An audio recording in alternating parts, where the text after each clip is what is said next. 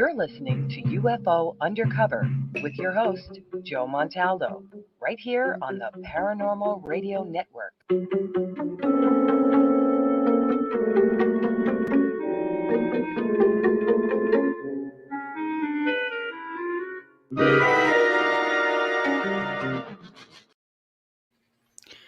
Okie dokie, people. That's not supposed to be doing that. That's supposed to be playing a song. I had enough.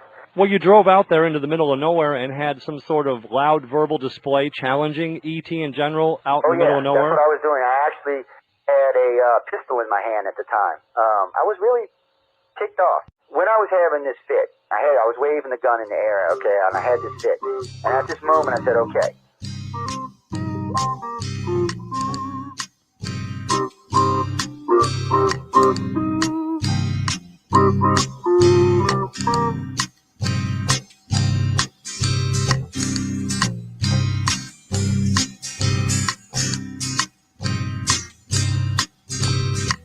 He was a Louisiana man named Montaldo. Folks around called him Six Gun Joe. Worked with ICAR, don't you know? Investigating UFOs.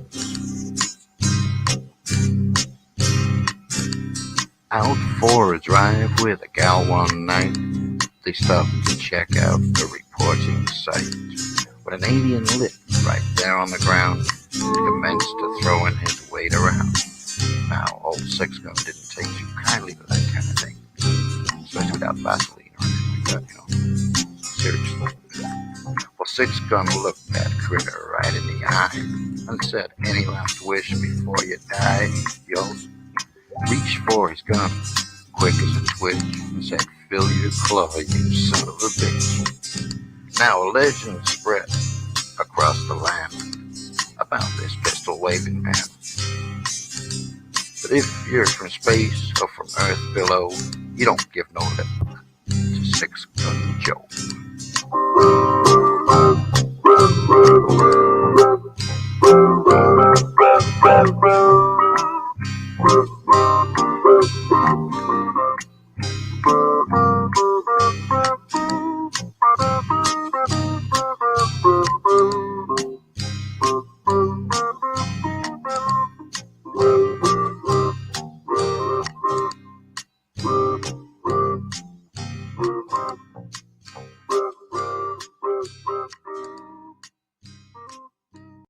Welcome to UFO Undercover with your host, Joe Montaldo. So, well, welcome back, everybody. How y'all doing? Hope everyone's having a great morning, great evening, great afternoon, wherever you are on our big, beautiful purple planet tonight. I hope everything's going good. I say purple because I just saw an image from space where it looked kind of purpley instead of blue. No, it's our planet. It was just a weird view. That's all. No, it was no aliens or anything. Bob was not up there. Also, they don't call the Purple Mountains Majesty for nothing. That's right. So it was pretty. It was a pretty shot. So y'all could all go check it. It's somewhere up on Purple Earth or something. I forgot what they named it, but you can go check it out and look at it for yourself. I want to welcome everyone to UFO Undercover. I have Jay McNicholas with us. Lee is around somewhere. I just sent her a text, so she ought to be joining us. What is up for everybody in the world? You know, I see all kind of UFO stuff come across my desk all the time. UFO this, UFO that. It's almost to the point where it's kind of boring. I see so much UFO that I'm kind of wondering what's going on. Now, the government said they wanted to know the truth, but every day I see something from a military document or from a pilot, a Navy pilot or an Air Force pilot or a pilot from another country talking about what their Tic Tac picked up. Yeah, you want to do like the candy. But what they picked up on radar and infrared and all of those wonderful things and flare and all of that stuff, the stuff they pick up. But yet the government doesn't really talk about it. Why?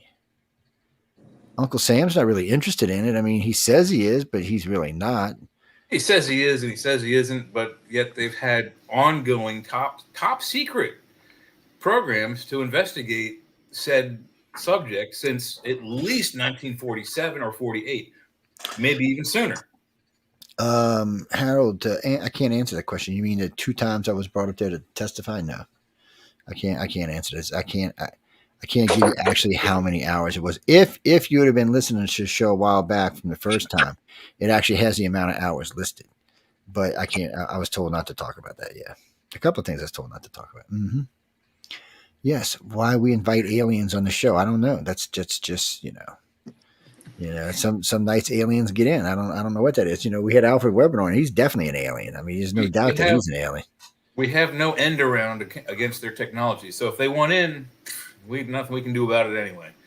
Welcome, Leah. How are you? Ooh, hello, Leah. Hello, Leah. Okay, I'm normal now. Y'all, Leah Dunbar's with us. Now, Leah knows his stuff when it comes to all of this. You'd be surprised what Leah's got up in her head. What do you mean? No, you're not. Look, people like you are not going to Mars for sure. Elon's going to go, you're a conspiracy freak. You're going away. No. Not to say Elon don't have his share of conspiracies now. We're not going to get into it tonight. We'll save it for another show, but he's into a few conspiracies here and there and there and here. And, he's not, let's just say this. He's not conspiracy free. How's that? We'll just leave it at that and say he's not conspiracy free. What do you mean my camera's always in a different position? Yeah, sometimes it's facing that way. Sometimes it's facing straight on me. Sometimes it's facing over there. Well, because all that shit's back there. Y'all need to look at that stuff. That's what it's back there for. And look, see, I'll move sideways some more and y'all can even see what's back there. Well, people write to me all the time about what they see back there. Yeah, because I move stuff around and some people catch it, some people don't. There's little trick items back there. If you look hard enough, you can see. Yes. Well, a while back, I said I would give away a case of books if somebody could tell me where the doorbell was up here. And, it went for like 4 weeks before, and it's easy to see. They went for like 4 weeks before they found the doorbell up there. Yep. I must have got 500 entries and nobody knew where the doorbell was. And then some kid, and I'm not kidding, he was like 17, writes in, and he goes, I know right where it's at. And I'm like, where? And he said, it's right here. And it was right where he was at. So I sent him a case of books. It was not cheap because he was in Canada. What do you mean, Jack? You still don't see it, Jack? Look right there. See right there next to the lamp? There's a doorbell sitting there. Yes, there is. The door. It's actually technically it's a doorbell button. It's just the button. Yeah, the bell itself is elsewhere. It's in the wall in the other room where it should be. No, I changed it out to a camera thing. That's why it's there. Well, when I ask somebody where the BB is, and the bad part is if you're a regular listener to the show, you've heard me talk about this BB on this show before, and we give away books and stuff because of this little BB. Matter of fact, we're going to give away a Death and a Taxman, David Hankins book tonight. So I haven't decided what we're going to give it away for. If y'all can tell me what Leah's last name is, no, it's on the damn screen, man. What are you talking about? Might as well ask who's buried in Grant's tomb. What her alien name is? I don't know what her alien name is. So that's just cheating. You can just say whatever the hell you wanted. No, but somewhere probably at the top of the hour we'll give it away. Isn't Leah short for alien? Yes. I am an alien. You know what? The aliens like the I-95 song, by the way, so y'all better watch out or have to play it. It's reminiscent of a King Crimson song called Thela Hunjinjit. And Thela Hunjinjit is it's like I forget what you call it. Is it an anagram? If you mix the words around, it spells heat in the jungle. And the lead singer, Adrian Blue, wrote the song while he was walking through New York. He's got a tape recorder. He's recording what he sees in the, rundown parts of New York, the bad areas. And then several guys approach him with a handgun and ask him what he's doing. And he's like, I'm in this band, King Crimson, and I'm making a tape about life in the city. And they let him go. And he puts this recording in his song. And it's very similar to that. Yeah, what do you mean you don't know that? Well, I can't help. If you don't know what the I-95 song is, you just don't know what it is. It's been played on this network more than one time. It's not really appropriate for this particular, but you know what? I might play it on Friday. It's a song at the beginning of the show, right? No. I might play it at the actually beginning of the show was actually written. So you ever heard "Were You Born an Asshole"? That's the I-95 song. That's what it is. That's why I don't get played on this show. It gets played on the Friday show every once in a while, but not on this show. Yes, like we play it for Joe Biden sometimes, yes. Or other people like Kamala Harris will play it for her too. No, we play it for Trump too. No, but nobody escapes the I-95 song. No. Because everybody does something stupid. I ask that question all the time. We're going to be talking about that throughout the show. Why would an alien want to come here? I mean, what is it? Hey, Look at these Well, humans. there's a lot of It's reasons. good. If you You read, if you stinky believe aliens, some keep of the, your hands off our women. Yeah, go ahead, Jim. Sorry. I don't think that's the only thing. I mean, Yeah, that's they're part of it. close, man. But if you look back at most of the old, Bible type stories of different cultures, they say that we were seated here. So if a God made this planet, he's going to want to check in once in a while and see how things are cooking down here. That's one reason. I don't know. It makes me worried. I'll tell you that. I don't. No, Jimmy. I don't think aliens are wanting to save us, help us, eat us, or any of that. I think it's deeper than that. Well, because Way deeper than that. the problem with the aliens are they've been here a long time. Okay, yes, they're older than Leah is, and she's like 500. So she's gonna slap me. You know, you don't leave the day over 30. The thing about it is they've been here a really long time. We're talking 100,000, 2 million years. They've been here a long time. They've been messing around in our society for a very, very, very, very long time.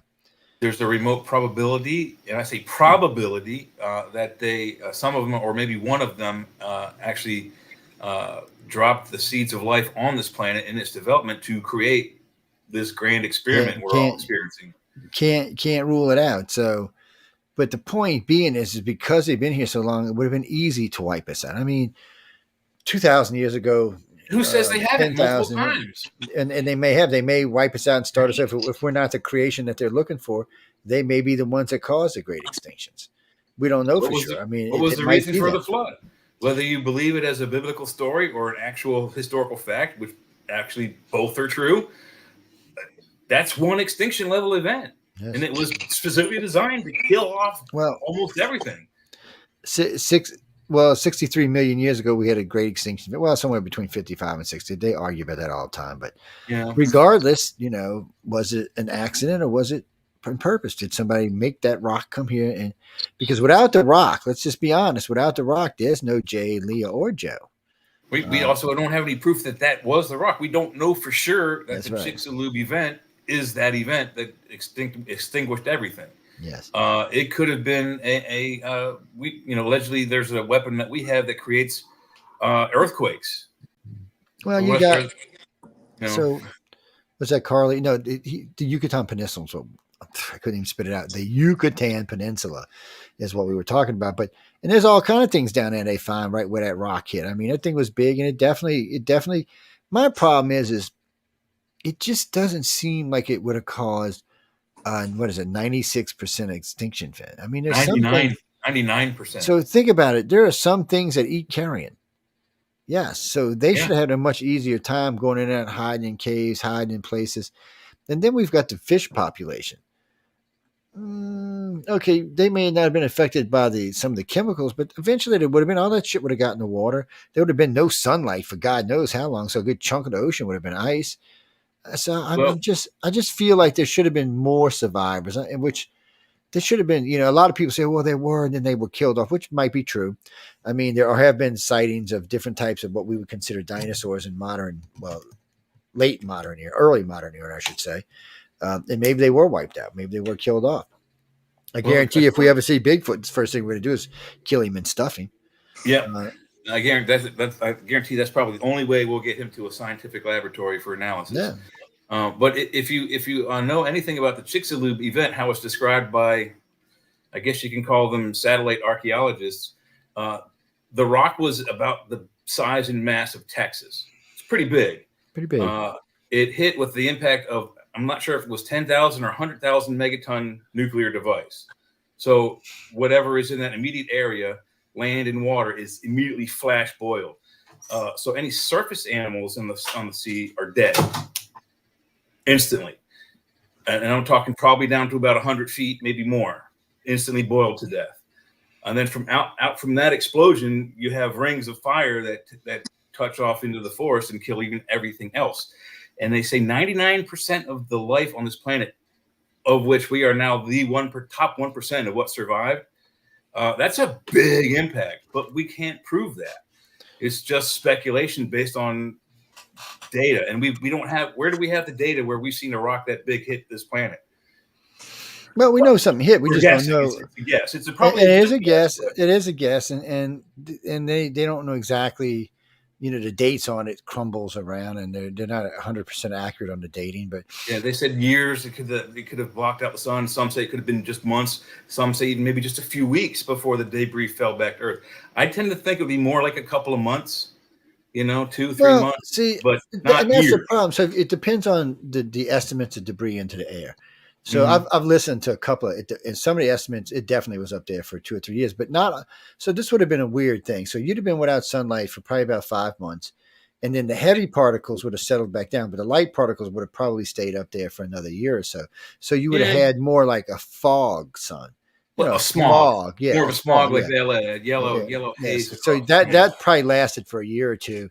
That was probably around. But when I hear these estimates of 100 years and stuff, I'm like, really? Where are you coming up with this stuff? Yeah, There would have been nothing left on the planet. Maybe some the Earth rats. is a lot more resilient than people give it credit for. We, as a species, although we can defeat much of nature, if we were to leave the planet tomorrow and leave everything working, if we came back in 10 years, it would all be crumbling apart. Yeah, I mean, it's In just just 10 years, without any maintenance, especially tall buildings, would be the most damaged, I would yes. say. We don't have the types. Now that we done learned the lesson how to build Roman concrete, shit might last a little bit longer. At least Mhm. Romans got stuff that are over 2,000 years old. So The we aqueducts are still an actual ancient historical working public yep service working that purpose draws service. water from the What? aquifers in the north of Europe and bring it down to Rome. Working things that are 1,000-year-old. And you know how much cleaner water is when you let it trail down something in the open like that. It's naturally Yeah. filtered through the Yeah, concrete. it's that in the air, bouncing it around. It's just a better way of doing it. Any latent chemicals we left in it, chlorine, bromine, urine, I, would I, within a day boil out just from the sun looking at it. I would imagine back in the day, Roman water probably was pretty sweet. Well, there was no chemicals in the air back then, people. It's just and nothing leached out of their concrete, so there would have been none of that problem to worry about unless somebody poisoned the supply. And as far as I know, that never happened. So, well, What's today's topic about, Joe? Today's topic is the 10 best reasons our dumbasses shouldn't be in space. Well, I would say in space, but at least not venturing outside of our Let's solar system. outside Certainly of not our looking space. for an extraterrestrial life. That's a Intergalactic it's a bad space. idea. Yeah, I should have listed it as intergalactic space. So the first thing that pops to my mind is the fact that we've kind of colonized the whole world, and look how that's turned out. What would happen once we start commercializing space? Are you calling us a virus? Shame on you. Well, we do act like one when we are already commercializing space. Yes, I know. Thanks to people like Bigelow and whoever else out there. Don't pick on my boyfriend now. I'll get upset with you. I wanted to work for him. I really did. You'd be picking on my boyfriend. We'd be fighting, man. Jackie, but I did put together a list, and it's a tentative list. And if you want, I can read. I can go from 10 to 1 real quick, and then we can talk about them, or we can just start at the top and go to 1. Let's just start at the top and go down. What do you think, Leah? Leah agrees. Okay. Yeah. She just said, "Let me smack y'all both around." And then we can change this. This is just a first draft. I think number 10, the number 10 reason why we should not venture out beyond our solar system technology. Now, if you listen to the rumors, the Black Ops people have technology that's 100 to 300 years in advance of what we have. Other people estimate that it's 1,000 years in advance. But there are people out there, creatures out there that are billions of years old. Billions. And if we remember the show about the Kardashev scale, we're a 0 on a scale of 1 to 3. And if we just encounter a Kardashev level 1 planetary system, they're capable of controlling their entire planet. Like earthquakes and hurricanes don't bother them. They can probably actually control the weather to the point where the whole planet is mild and nice and only rains when they need it. Don't we have weather modification technology here? Some people think we do. Allegedly, we have some of that, yeah. But it's, again, top secret, so it's not public. But in any event, even if we had the control of our weather, think about just someone who's like Star Wars level. They'd kick our ass at our technology level. That's one. And really Star Wars level technology is not even that really great of technology. Really not. It's number 1. Star Wars and Star Trek technology is the number 1 Kardashev scale planetary technology. Yes, 2 is even better than that. So. Well, what do you mean, Ronnie? No, Ronnie, we'll get there. I mean, give us another 1,000 years or so. It might be faster. It's not even that. There's two things that are holding us back right now. One, we're not a united planet, so it makes it much harder to get things done. And two, we really haven't crossed the barrier with something that can give us true high speed technology, meaning that we haven't figured out how to use dark matter yet. We haven't figured out how to use antimatter yet. And that's actually number 9 on the list. Yes. Our resources, we don't have the resources to gain the speeds to escape our solar system and get to other places like that. What do you mean, Ronnie? No, we haven't mastered cold fusion yet. No, we haven't. We're trying to, and we do have actually working reactors finally. Yeah, but we're nowhere near mastered. They stay lit for only a few hours at a time, though, and before they peter out. So we're not there. So the goal is for one of these reactors so they're saying right now this one will be about the size of two rigs would be able to power all of New York indefinitely. Well, you got to understand the way it works. Once you get one of these reactors going, it doesn't stop. If you ever watch Stargate and their 0-point modules, it's basically what you're talking about. Once it gets going, that's it. It keeps going. Now it eventually might wear itself out due to other reasons. It's like a battery. Eventually the energy runs out. But these things will outlive you for sure. So what they're talking about is, so they want to build these that power the cities, but they're going to have the ones about like this, about basketball size, that are interchangeable. They can power your house. They can power your private plane. They can your private plane. That's what I just said. Your car, whatever you're using to get around in, this can power it. So you have power at the hand, and if you have two of them, you can power all kinds of sorts of stuff. Then they talked about drawing energy from these reactors, meaning that every home could have an antenna and would allow for sharing of energy when traffic was moving around in the sky. They could have a grid on the ground, but while they were in the sky, they could actually be drawn from house to house, to business to business. Office buildings could have hundreds of them. One office building could probably keep all of New York's planes flying, anything in the air, anywhere around it. Like the hotel Tesla was in, he provided enough power for it to, power that building 3 times over. What did he need the extra, 200% power for? His experiments. So just think about that. Each building provides its own power, and if they have excess, they can provide free energy to other people who don't have access to a fusion reactor. But the U.S. Army vet has a good question about what type of interstellar drives would aliens use. So I'm just going to go real quick through the Kardashev scale so it gives everybody an idea what kind of energy each scale uses. So again, we'll start at 0, which actually isn't on the original Kardashev scale. It's only 1, 2, and 3. And so, but we kind of, researchers say we're like 0.75% of a 1 scale. So we're not there. We utilize our energy systems are fossil fuels for the most part. Yes, there's some nuclear stuff, but still mostly fossil. Kardashev scale until we get to level 1, until we master the planet and get 100% of our planetary surface energy, where we can collect it, store it, and utilize it.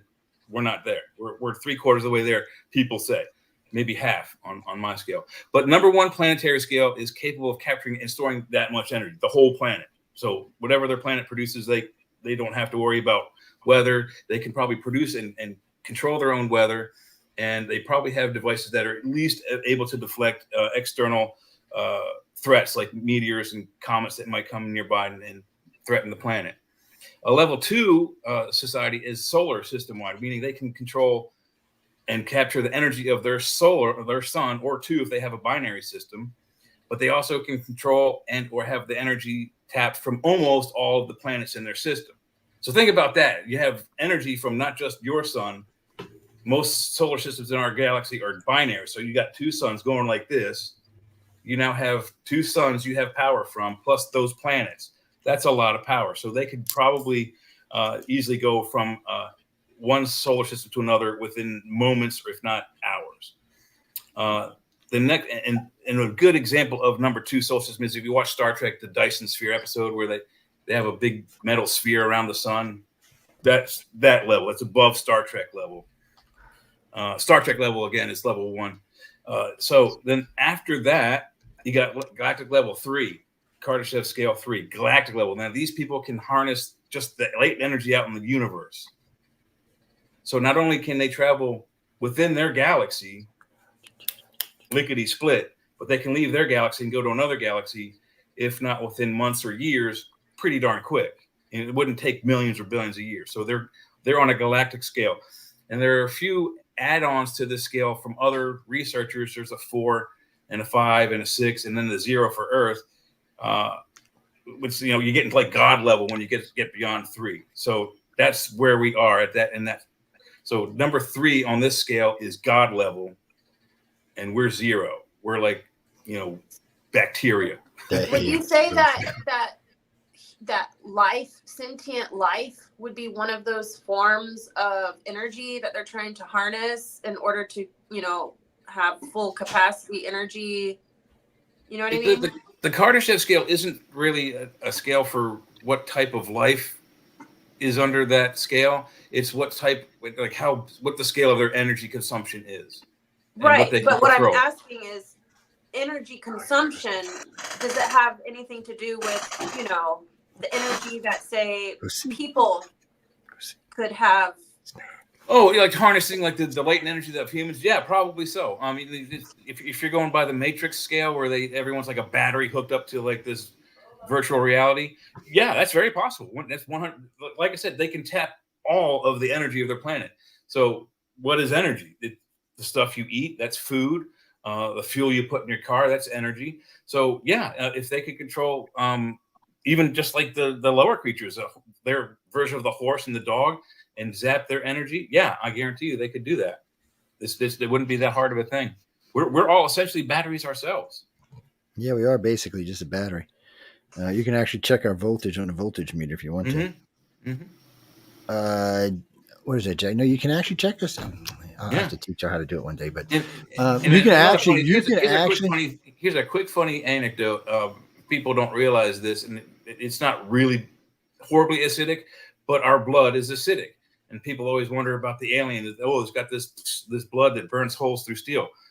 Well, it's possible. Just saying. People, you know, you can make a light bulb glow in your fingers. Did y'all know that? Just an ordinary, everyday, inconsistent. Actually, LEDs are easier because they take way less power. Yep. Yes. Well, for people who, the easiest way to do it is take your shoes off, put your socks on, walk across the carpet, drag your feet a little bit, and then pick up the bulb, put it in your fingers.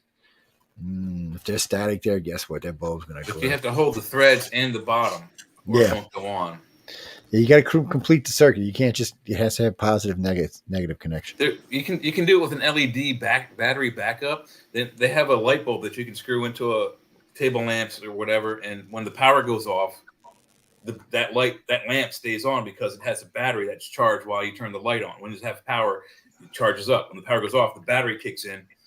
When you unscrew that and you hold the screw and the bottom of it, it lights up. Ricky, you complete the circuit. What do you mean? What is my favorite reason not to go into space? Because we're dumbasses. Yeah. That is my overall favorite reason, because really and truly, when I look around, because Leah made a point earlier, I mean, just look at the planet. Do you think that we need to be into space? And, you know, somebody asked a question a few minutes ago, will we be abducting people when we get into space? Well, guess what? We already do it here on Earth. Yes. Betcha. First off, we abduct every freaking animal you can think of. Yeah, we tag them, dart them, drug them, do everything. Has no one seen Animal or Wild Kingdom? But here's something y'all didn't know. Look it up on YouTube. Mutual Omaha's Wild Kingdom. Every week they had this old guy, I forget his name. He was up in the helicopter while Jim, his lovable buffoon, would wrestle like alligators and crocodiles in the African plains and then put tags on them or electronic device. We have been doing that since before Darwin. But here's something most of y'all didn't know. In the early 1800s, they used to, they used blow darts, and they would take people in Africa and do experiments on them and then put them back when they woke up without them actually knowing what happened to them. Also did it in South America, too. And a lot of people think that it happened in the United States in the 1900s. So, yeah, if we're abducting our own people and all of our animals, I have no doubt when we get into space, we better go abduct somebody on that planet and see what kind of blood they got, see what they got, check it. Instead of just saying, hey, let's be friends and, maybe working something out that's special. No, that's that. We don't want to do that. That's another reason we have to be a united planet. You can't have 200 countries going into space. It will be a freaking nightmare. Going to be nothing but pure war. It's warfare. That's all we do. Well, We because fight the about all Russians or the kinds of stupid stuff. Chinese or the North Koreans, somebody will go off and piss another planet off with technology 10 times better than ours, and they're going to come kill Earth because these morons are from Earth, even though we had nothing to do with it. Yeah, and actually, that's a good segue because that's number 8 on the top 10 reasons why we shouldn't be going out of our solar system is our weaponry. It's not there. We're shooting gas-powered bullets. Which, by the way, do about jack in space. Oh, if you're inside the space station, yeah. Outside, though, no, not so much. Mm-hmm. And think about it. If you're outside the space station and you shoot a firearm through the skin of the space station, everybody dies. It's, first off, we need technologies that if we run through some rock somewhere, we're not going to die. We don't have the proper methods to. I mean, physically, maybe on a planet we have physical martial arts skills and handheld weapons that are effective against other life forms, but we don't have energy weapons. We don't have tricorders. We don't have any of the stuff in Star Trek that made them superior to most of the people they encountered. Do you realize, we don't even have shielding of any kind? We can't even shield ourselves from a nuke yet. But you want to put us in space in a spaceship. And the kind of surrounded by radiation, surrounded by it. And so this shows you, though, a difference in a change in pace. So Elon is building, they like to call it the all stainless steel spaceship. So he's building something that is meteor resistant if a meteor hits it. You know, there are also micrometeors. That's what I was going to say. So small, yeah. Micrometeors are the words. The space station gets hit by micrometeors on a regular basis. They have patch kits up there. Oh yes, guys. Sorry, it does happen. Nobody's been killed. Everybody's been lucky, but it does happen. They've been hit by even bigger ones. Which you see in some of the Star Trek shows when they have a micrometeor burst through one of the shuttlecraft. I think it's on Enterprise. How do they find it? Well, they have this special thing that makes smoke, and they follow the smoke through the hole in the wall. Plug that hole. Yes, it's. Well, you know what? I did see this, and this was funny to me because in the Navy, you're not going to believe this, but this is the exact opposite. No, so in the Navy, there's water coming in a hole. So one of the ways they taught us to seal them is they used to have these different sized corks. I'm not kidding y'all. They were corks this big up to this big, and they were pointed like a cone. And you use that, and you just get it in there and get it going, and you just hammer it in until the water stopped. I'm not kidding y'all, man. They use these. So in space, they actually use these too. Because you can hammer in. See, and out there, it's even better because it's sucking out instead of pushing in. Yeah. In the Navy, you're out there beating the living crap out of it. And, yeah, well, on submarines, they have a device that looks like a hinged pipe with 2 handles on it, and then there's a rubber gasket inside of it. Kind of like if you're a plumber, you know what a Fernco is. So it's a rubber, usually union between 2 different types of plumbing. Anyway, they use this thing like a shield, and they go right up to the water until they can get it around. And then they clamp this thing like a vise around it, and as they screw it on, it siphons off the water. That's a more permanent fix than the corks, but it's hard to do. You got to. I mean, you're going against like a you're going against the flow. Yeah, you're going against the flow. So, but yeah, people. I mean, so if we're going to get into space, we need the ships that meteors bounce off of, meteorites bounce off of, even big meteors kind of bounce off. We need lasers that can blow shit up. We need memory metal like from Roswell, that stuff you can crinkle up in your hand and you let it go and it goes and flows like water back to its original shape. But could you imagine the shuttle going through one of the rings on Saturn? Oh, it would make it would have been destroyed. Yeah, it would have been bits and pieces afterwards. But so we need the ships. As soon as it hit, it would explode. Now, Elon's Musk ships is way different. The Starliner, or whatever they call it, is supposed to be way tougher. This is going to be reusable, and they're building the shit out of these things, and they want it to be reusable so they go back and forth and back and forth. Not just there. So I was listening the other day, so they're going to get everything set up on Mars. Then they're going to put a launching station on Mars, not to come to Earth, but to go to the asteroid field so they can start mining and working the asteroid field. They're actually talking about using catcher's mitts so they can just slingshot the asteroids to Mars, and Mars can catch them and then put them and start processing them immediately.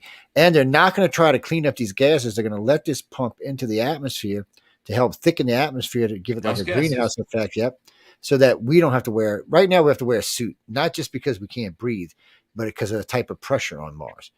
So they want to raise the pressure so that we can actually move around, and all we have to wear is a breathing mask and nothing else. Well, we don't want to go naked on Mars, but y'all know what I mean. Just getting out there and running around like crazy people. Yeah, being on the surface of Mars is being, I think, equivalent to 10,000 feet above Earth, which is where you need a pressure suit to fly a plane. If you're there without one, your skin boils, your eyes explode, all kinds of nice stuff. You know, Gleesy, is that your name, Gleesy? I'm not. Is that right? Okay, I'm just making sure. I'm not sure that Elon's not going to claim Mars for himself. So I wouldn't doubt it. let's say he gets over there, and it's going to be recent because the next good shot's coming up in I think in like 4 or 5 years. He's going to start shipping stuff over there. Let's say he gets 2, 3, 4 million people. He sets up as this is a guy who is revolutionizing everything he touches. So let's say he puts up a shield system and maybe even has a really advanced railgun system. Nobody's getting back on Mars but him. You'll have to be invited. You'll have to swap stuff, materials to get on there. Once the place comes self-sufficient, I'm not ruling out that it might not become Elon Musk land instead of Mars. And it's he thinks Earth's not a nice place to live. It's got a lot of problems. That's an amazing segue. Did you get a hold of my list before I even finished reading it? Yeah, good. Because that's number 7 is immature species. We are a hugely immature species, and I don't doubt the fact that someone with the Elon Musk type of power, if he's the first, if he goes and he's the first guy on there, I guarantee you he's going to claim it as his own. Then that's immature. Instead of sharing it as a species, again, another reason for global unity. There's another reason for war. He's now claiming this as his own. Mine. You can't have any. Well, I guarantee you the United States military isn't going to like that. Space Force won't like that. NASA's not going to like that. I'll guarantee you the European space forces and most European countries are going to get kind of pissed. So now you have one dude and however many people he gets up there with the entire planet of Earth mad at him. Maybe that's a unifying factor, but we're still immature enough that we would fight over these two places. Well, we probably would. And that's what worries me even more because I think his technology is going to be better than ours. Maybe you don't know. I'm thinking at the rate he's going to think. Some of the rumors piece this stuff. We have better stuff than he's got. And no, but let's really look at this. So we've had 3 space programs. The military's got everything you can think of. No one to date, except for Elon Musk, has been able to launch them in space and land the damn thing. Not just land it, but completely keep using it. Yeah, 100% reusable. Air Force, Navy, and Army still trying to replicate this, and they can't. China's trying to. China said, "Oh, we got it." No, last few times they tried, damn thing blew up on a pad. It's a serious task, and it's not even that he can replicate at such a fast rate. Think about when NASA would build a shuttle. It'd take 2-3 years. He's putting rockets and starships in space every 6 months. And as far as his regular rockets, end of it, there were 3 rockets that were required to launch that into a huge fuel tank, and 2 of them cost $1 million each to make back in the 80s. Probably adjusted for now, that would be probably a couple million, maybe 10 or 12 million each that are disposable. No, wait, I'm sorry. Those 2 are recoverable. The big one, the big fat one, the big one was like, I remember a million. That one was destroyed upon entry. Yeah. Why are you destroying that's your main lifting body to get you into space. Why are you destroying that every time you send something up? It's just waste of money. We just young idiots is all we are. We just got a lot stupid. to learn. It's stupid. It's government bureaucracy, and somebody thinking he's smarter than the guy who came up with the Dyson sphere idea. It's no, Lee is going to be Trump's running mate. What are y'all talking about? He's going to be vice president. Yes, y'all better be nice, Leah. She'd be vice president. She'd be like, you better be Zeke Leah. You're going to be in some shit. I'm just telling you. You want to pay 38% on your income tax? Keep it up. That's right. She will put her foot squarely in your ass. You better watch out. It's y'all think I'm kidding about this? Plus, she's friends with ET, which makes it even worse. That's right. I don't know. I've only seen it once or twice. She's gonna. So she'll be VP, and when you really piss her off, she'll call Uncle Bob down to come see y'all. Mm-hmm. It could be bad, people. I'm just warning y'all. It could be bad. No, she's a sweetie pie. What are you talking about? Anyway, moving on. So let's do number 6, which, if you believe some of the bulk of the abduction witness testimony and hearsay, and you have to call it hearsay. It's not necessarily a bad thing. It's what they say, and most of them believe it. We are an accelerated species. For whatever reason, we're being accelerated to a certain level. If we leave before we're ready to go out there, we could wind up getting ourselves into a fight that extincts the entire species. It's not a good idea. Again, it goes back to that. That may kind of combine with our resources and weaponry and whatnot. But think about that. We're not ready to go out there. When you tell your kid, you can't go across the street, and they do it anyway, and they get hit by a car, guess what? They weren't ready. Same example here. We're not ready to cross that street yet.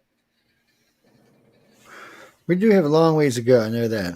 It's and it gets to me going back to that thing earlier about abducting outside of our own planet when we get out in space. I can just see us doing it. I can. Yeah. Another thing we could run into is maybe whatever species started life on this planet, maybe they're not here now. Maybe they're somewhere else in the galaxy. What if we bump into them and they go, "Oh, you're not supposed to be here yet. Bye." That's right. Say bye, baby. There could be entities out there that are like Q, that are like, "Oh, I forgot about you guys. You're still causing trouble over there. You're gone."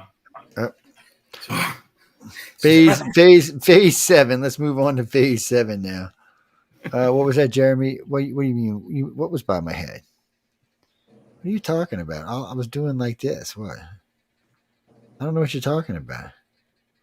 Oh, I still was doing like this. It's just a finger like a gun. What are you reading off of, Joe? I'm not reading off of nothing. I mean, who are these people you're responding Oh, to? he's got. Off my messenger. I got my messenger open. That's all. Oh.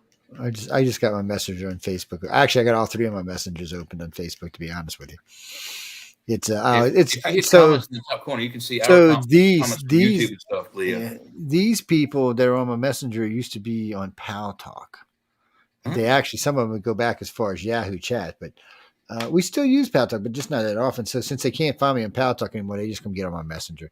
I mean, I always try to get them in the chat room, but it took me forever just to get them to go to Pal Talk. You would be surprised how many people bitched because it was blue. I'm like, what? I said, you're not going to go because it's blue? I'm like, okay, you got issues. But it did take a long time to get everybody over there. And then when we changed the way the network worked, the way we started taking questions and phone calls, so it changed. So they just said, we'll just get a message. Sometimes they make a group and they do a little group together. And sometimes it's just, let me spam Joe until he actually pays attention to what I'm saying, kind of thing. And sometimes I do, and sometimes I don't. Like this one saying, Leah's too nice to hang out with. Or what? See this? See this? Yes. And sometimes I put them on the spot. Smart enough to hang out with these guys. Oh, easily. She's easily smart enough to hang out with us. So Barry, where are you from? Barry, I've been letting y'all slide on where y'all from tonight. So where are you from, Barry? I see you on the JoJo page. So where are you from? New York. You from New York? What part of New York? Ithaca. I never heard. I have heard of Ithaca. Yeah. It's a fairly large city. Yeah, I think that was where Michael was from. One of our ex-hosts was from out there. So yes, I know what you're talking about. I can't get it in my head right now.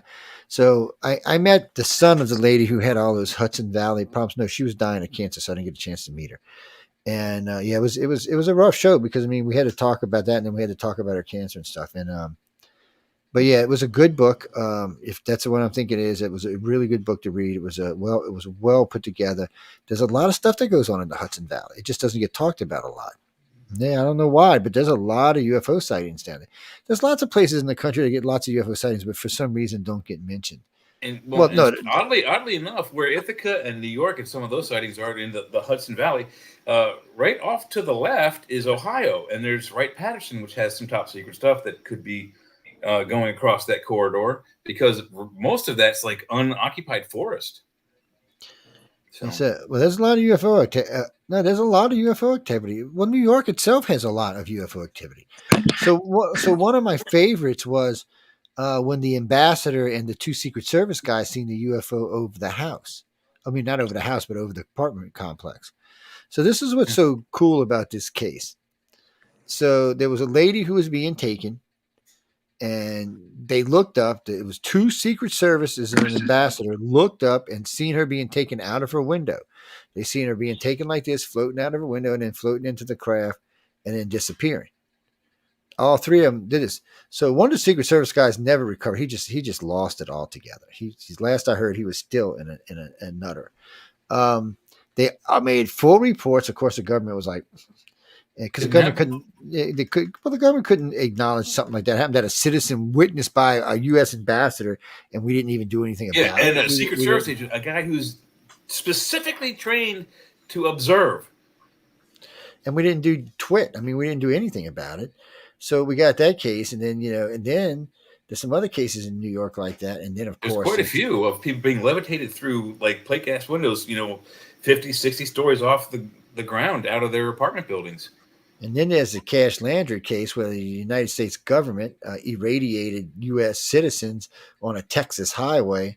Oh no, that was not alien.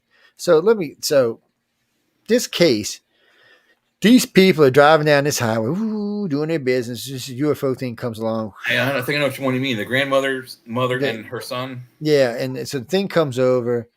It irradiated. 2 of them ended up dying from radiation poison. One took a lot longer than the other.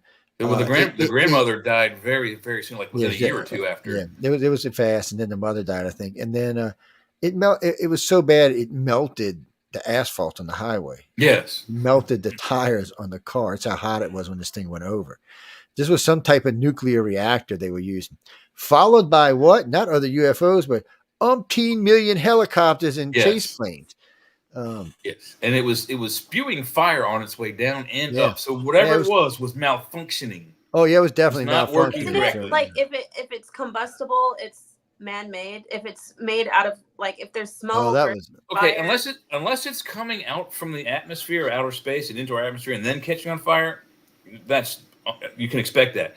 But if it's something that's coming from the ground or very close within the atmosphere and is on fire and breathing smoke to move, it's fossil fuels. Yeah, it's fossil fuels. So. Yeah, Leah's right. No, it's what it was. I mean, 100%. There's no other explanation.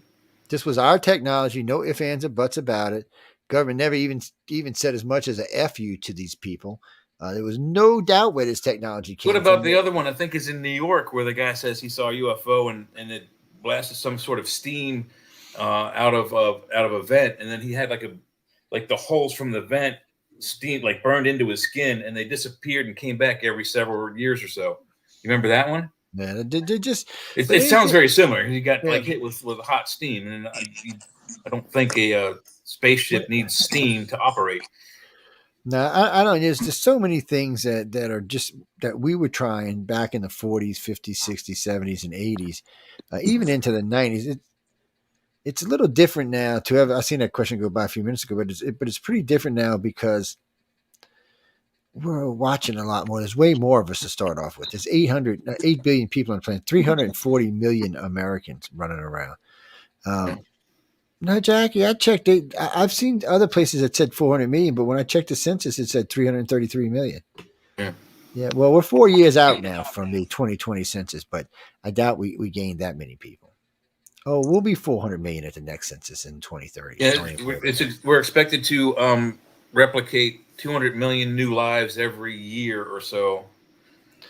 We're ready. Quite a lot of people. The Chinese are trying to slow down. Americans talking about speed. Well, Americans, I think, are at 1.5. I think the birth rate's 1.5 in the U.S.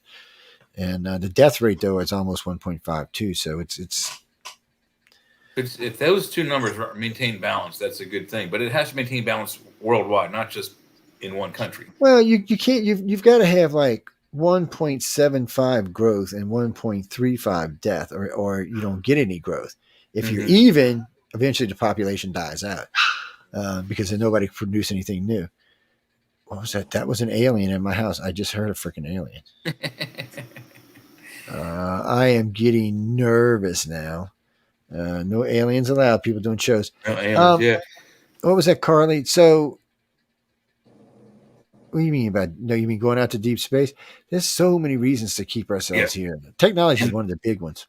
That's good. That's good that she did that because it's a good segue. We're about halfway through. Number 5, I figure, is our knowledge base, and not just things history stuff, but physics knowledge.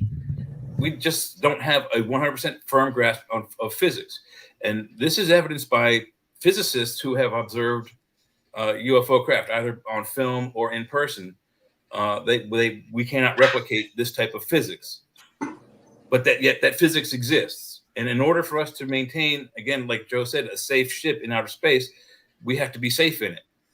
If we were to take, say, an F-22 and explode it into like the size of a 747, and then still have the fighter jet capabilities and put that in outer space, as soon as that thing takes a turn, everybody in that spaceship is jello.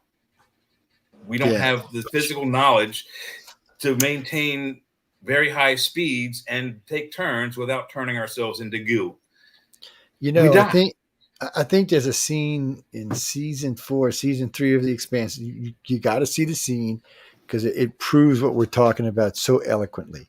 The guy's in his little rock hop. He's trying to break space records. He's cruising around, zinging along at these high speeds. And he went to turn into a hole, and he just stopped. Guess what happened? He stopped so fast that the body's part of the body stayed. The other part of the body just slushed off of him. And then the rest followed behind him. It was wicked looking, but it's how it would happen to us.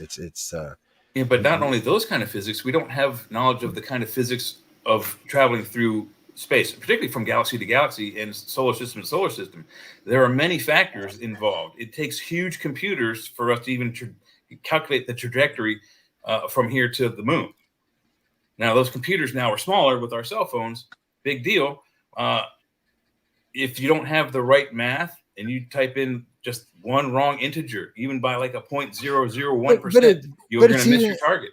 But it's worse than that because we don't know actually what's in space. So let's say tomorrow somebody invents faster than light travel. I've always said this, and I even said this to Michio Keiko about this. I said, look, I believe somebody's going to come up with a way for us to go faster than light. I said, so that's not the issue. Probably before we're ready for it. But the problem is how do you see what's between us and Proxima Centauri? You don't know what's out there.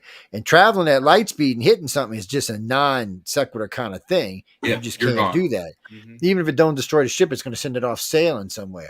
Does anybody remember Han Solo?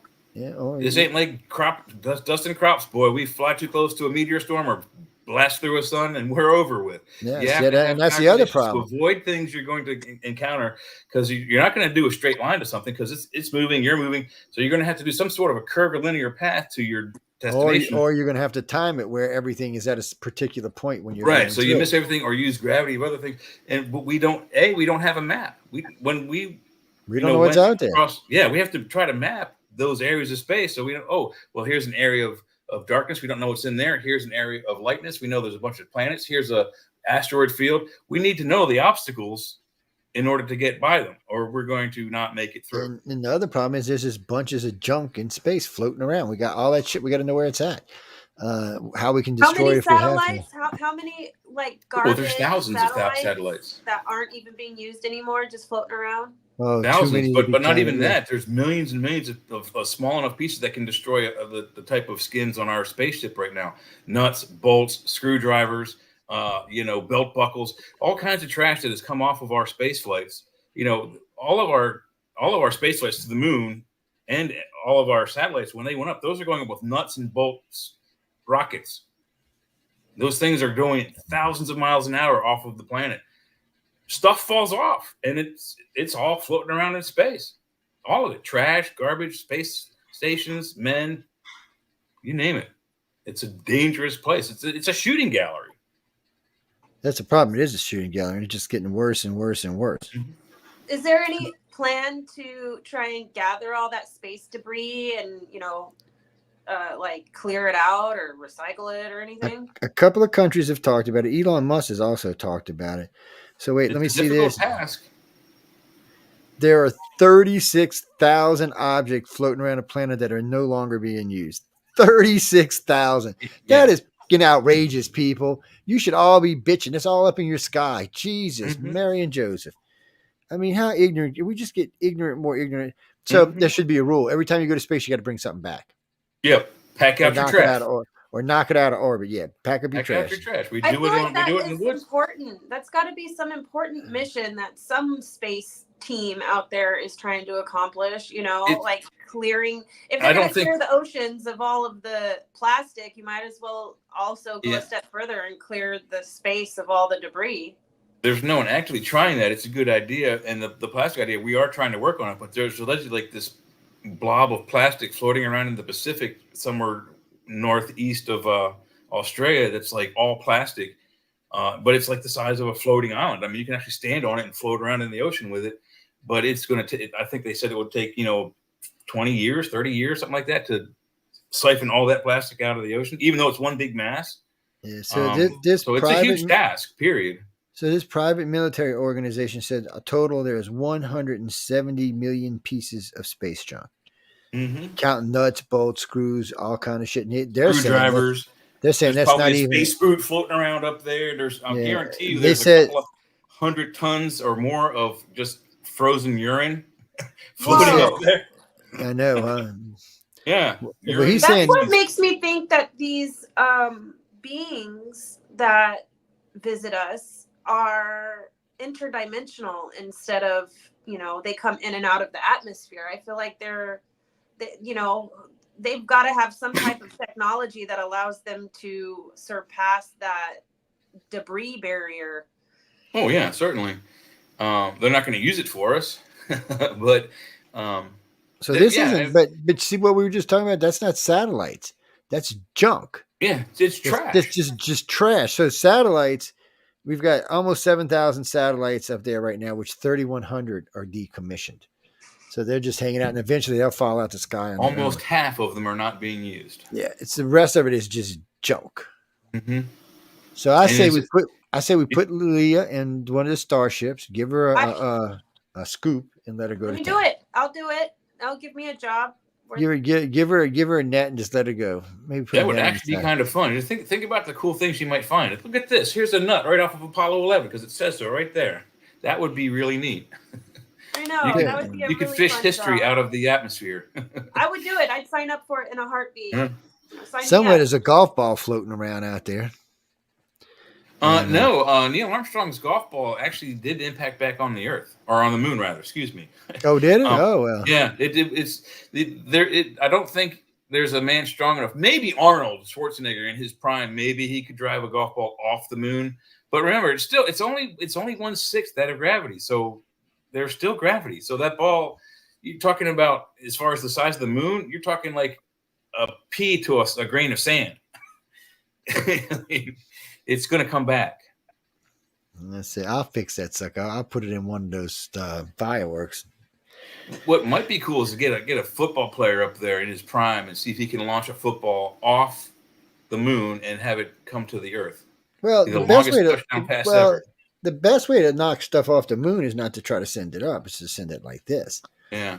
Because the moon, is the way it's not spinning. It's just moving along. No, whoever wrote that, the moon does not spin. That's why we have a dark side of the moon.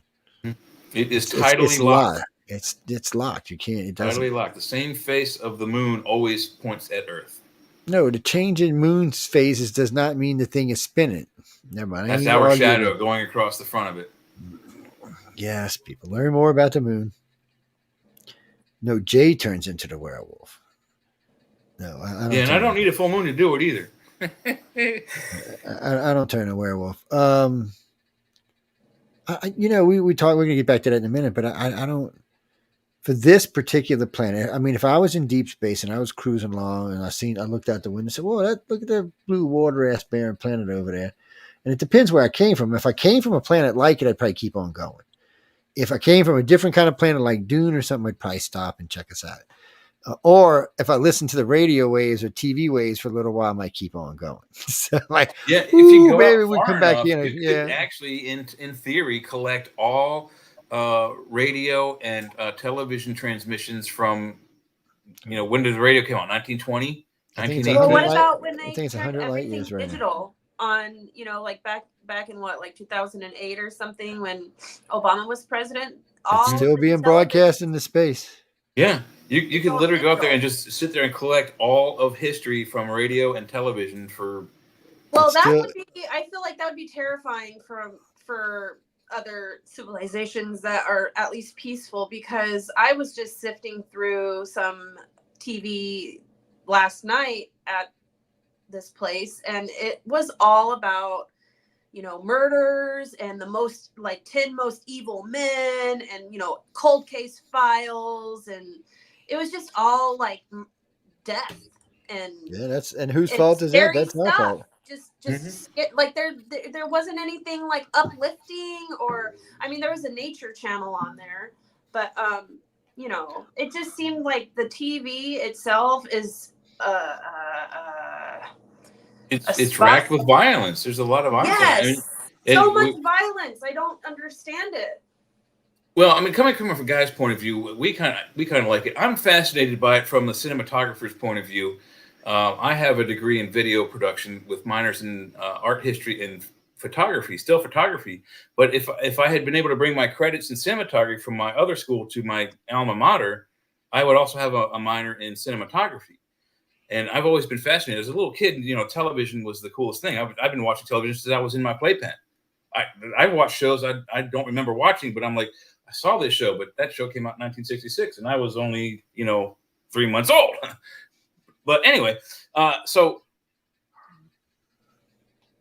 I lost my train of thought. Where were we going?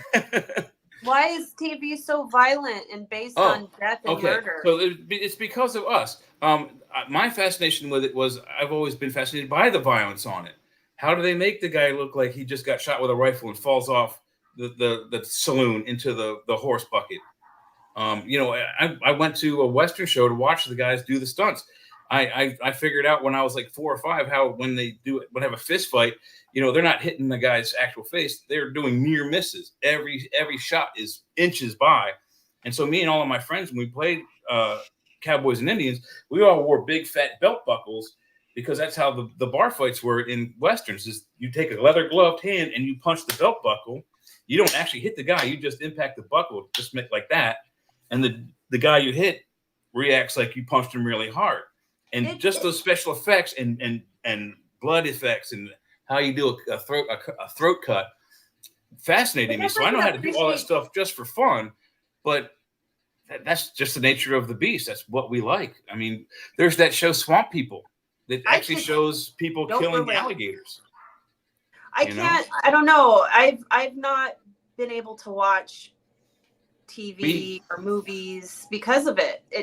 It completely is like my brain just won't allow me to enjoy it for some reason. And I can understand like previous generations that were raised on, you know, the switch from black and white to color TV. And I was there. Joe was there. Yeah. Pretty much every other, you know, movie or film that comes out is either about cowboys and Indians and shoot 'em up, or the mob style, like, you know, Chicago style gangsters, or whatever the case may be. It's always surrounding violence. And well, I agree with you 100%, and that's an awesome segue, because number 4 is Cowboys and Indians. But before we go on to that, the violence thing, you know, we've all talked about the possibility, which is highly likely, that Hollywood is part of the information,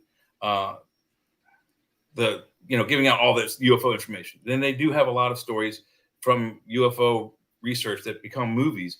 So they're trying to do disclosure through these kind of things. Maybe the reason they're showing so much violence is because space travel is violent. I mean, think about it. I mean, there's violent winds out there with radiations that can just turn us into instant goo. And it may be, like Stephen Hawking said, it may be like a Cowboys and Indians thing.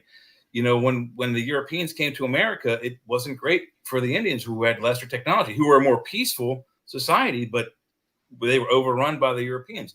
Now, the same thing could happen to us. We could be overrun by technologies we encounter. But then again, based on our nature, what are we likely more to do? Find a planet that's less powerful than us and wipe it out and kill all their citizens and take that planet for ourselves. So instead of that, I mean,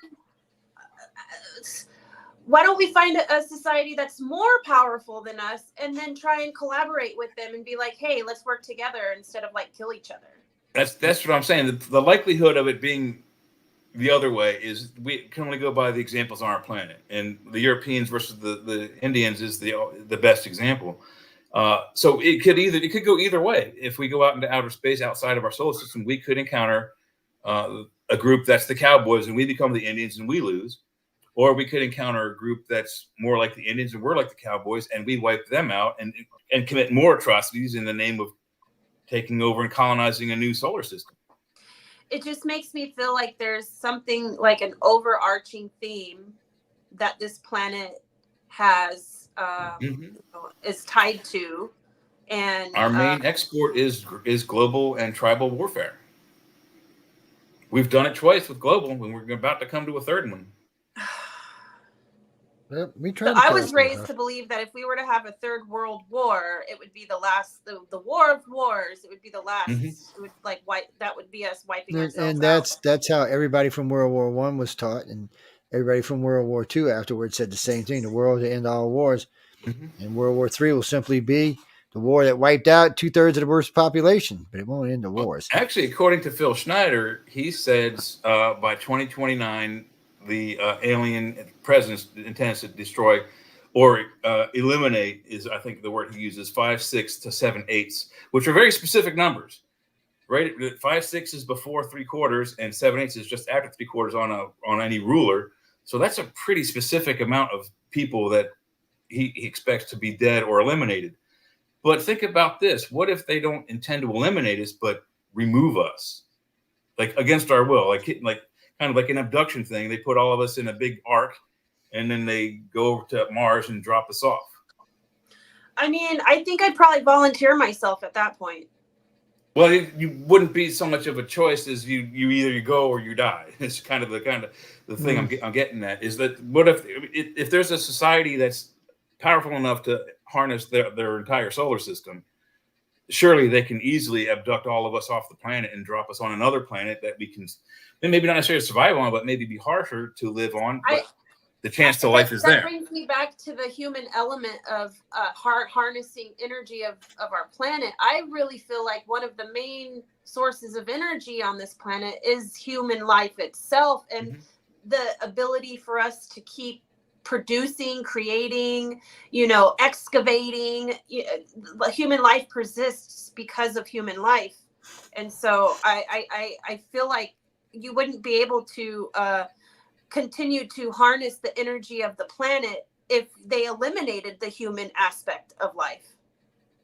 That's a good point. I can't say that that's not valid, but if they were to supplant us with their society, maybe using their society, their species to re-energize the planet and just use it for themselves, that's just as harsh, I think. I mean, it's not an ideal situation, but it sounds better than them killing all of us, 3/4 of us off by the end of 2030. That I think is even scarier. So, but being moved to another planet is, I mean, how do you recover from that? Huh? I said that's right around the corner. That's 5.5 years away. Yeah. I mean, we're all, God forbid no accidents befall us, but we're all going to be here for that. That's, If I mean, there's not a whole lot of evidence to it, but there's a lot of people that have, for whatever reason, that year 2029 and 2030 come up as not very pleasant for human life. Not very pleasant for human life. Well, I don't know. There's a part of me that also feels like we're due for a cleansing. Yeah. There's only so much we can do on this planet and continue to destroy before there's nothing left to do or destroy. I mean, you're right about that, man. Yeah, and we're already doing a pretty good job of getting things ready to destroy all on our own. So we have the power, just like He-Man said. We can do it right now if we wanted to. It's all I know is we got a lot of stuff we need to work on before we go loving on anybody out in deep space. If we got to that point, I feel like it would be us going and begging other civilizations for help. Like, come on, we're bringing ourselves to the brink of extinction. Can you please come help us? There's been rumor that a few alien societies have offered that help, but they needed it's kind of like a Congress thing. They needed like 2/3 of the majority countries, the strongest countries, to agree to several things, and one of them being like getting rid of nuclear weapons for one, and several other things. So uh, until, again, like Joe was saying earlier, until we can unite and stop this bickering and that stuff with Hamas, the stuff with Russia and Ukraine, and until we can stop bickering amongst ourselves. I mean, think about it if you had younger siblings, as you grow older, and your little sister wants to say, "Oh, you can take me to the park to go roller skating." Like, no, you're on your own. You go play with your own friends. I'm going out. I got a car now. You got roller skates. That's right. I got You a know? car. Get out of here, buddy. I got the car. I think other advanced races are going to look at us like, the younger sibling that's trying to tag along. Like, no, you stay over there with the toddlers. I'm going to hang out here with the teenagers. Well, I feel really bad about how I treated my little brother. I wish that I would have, all he wanted to do was tag along with me and my friends, and I never wanted him to, and now I feel bad. I don't feel bad. I used to beat the crap but out of my little sister. it's not like, I mean, especially if there's an age disparity. If you have a 13-year-old and a 5-year-old, when you're home, sure, they might fight sometimes. They might get together most of the time, but when it's time to go and go to the junior high dance, you don't want your 5-year-old brother hanging around in the hall with you. So I mean, it's understandable, but I really think that's how other species look on us, is that we're just the younger sibling trying to hang on. Oh, well, we want to come along, but they're so disinterested in us that eventually they could be mean and violent after we persist. So that's a fairly good reason. I used to throw my sister's baby Tender Loves out the window, man. What are y'all talking about? She was evil, man. I'm telling you, she's like Satan's daughter or something. That child was evil. Don't get me wrong, I love my sister, but she is like evil. Steph, if you listen, I love you, baby, but you're evil. Don't try to hide the fact that you're evil. Clara, what you got for us tonight? I hate to say it like this, but I don't put a definition on aliens as good or evil. So I do this with people too. So I judge you by your actions. I don't judge you any other way, but I judge you by you. You can say shit all day long, but I'm going to judge you by what you do. Not what you tell me, not what you're acting like, but what you actually do. That's how I judge people. Because some people are good people, but they want to act like they're not because they're scared they're going to get hurt. Some people are just evil people who just want to lie to make people think they're good so they can hurt people. But it's a tough thing in life these days. It's very objective. I think I asked a similar question to one of the authors that wrote a book on spells, and I said, "Is there good magic and evil magic?" And his example of how it works, and I think this analogy works for whether you're talking about magic spells, people's personalities, and evil entities, good entities, whatever you want to attach those labels to. You have two farmers. One farmer, his crops are dying and they need water. And the other farmer across the street, his crops are doing great and they don't need water. But a day or so comes by and a huge rainstorm comes through and revives the farmer's farm that's dying, but the excess water on the other side of the street kills that farmer's crops. Now you ask those two farmers, was the storm good or evil? The guy whose crops were revived, the storm was great. It brought my crops back. I made some money. You ask the guy across the street, how did you think about that storm yesterday? He's like, oh, that evil son of a you-know-what destroyed my crops. That's the subjectiveness of good and evil. It definitely is a matter of perspective, and we all have our own. Point of view, because we all have our own experiences in life, and I think it's all, like you said, objective. Yeah, because the actual moral of that story is that the storm itself was neither good nor evil. The storm is neutral. It just is. It has to do its thing. That's what the atmosphere does. It's the two people on the ground who perceive it as one way or the other. Evil. I can swear up and down, I'm a good person. I'm a good person. I'm a good person. But so that's it the really thing depends on how other people perceive me too. That's right, because because good people don't have to tell. That's because good people don't have to tell people they're good people. So it's not something you have to worry about. Even if you meet Yeah. somebody, if someone's trying to bait you into telling them stuff like that, it's just because they're looking for something different, or which we can't get into this show, but still, in the end, when you're a good person, people know you're a good person. I know you're a good person. Can you be both? You can be both. I'm living proof of that. I'm absolutely living proof of that. That is one of the fallbacks of the human species. We are capable of both great evil and good. I have been pretty mean in my life, and I have been very helpful in my life. It just depends what end you happen to been on. That's all. Again, perspective. It is perspective. So let's look at the Twin Towers. So they blew up the Twin Towers. America was a horrific thing. The Middle East was kind of like, woohoo, yeah, let's have a party. So, and there was more of them than us. Think about it. There's 500 million of them celebrating the destruction of those towers. And there was not even 300 million in our country crying about them, because not everybody thought it was an evil thing. Yeah, how do you like that?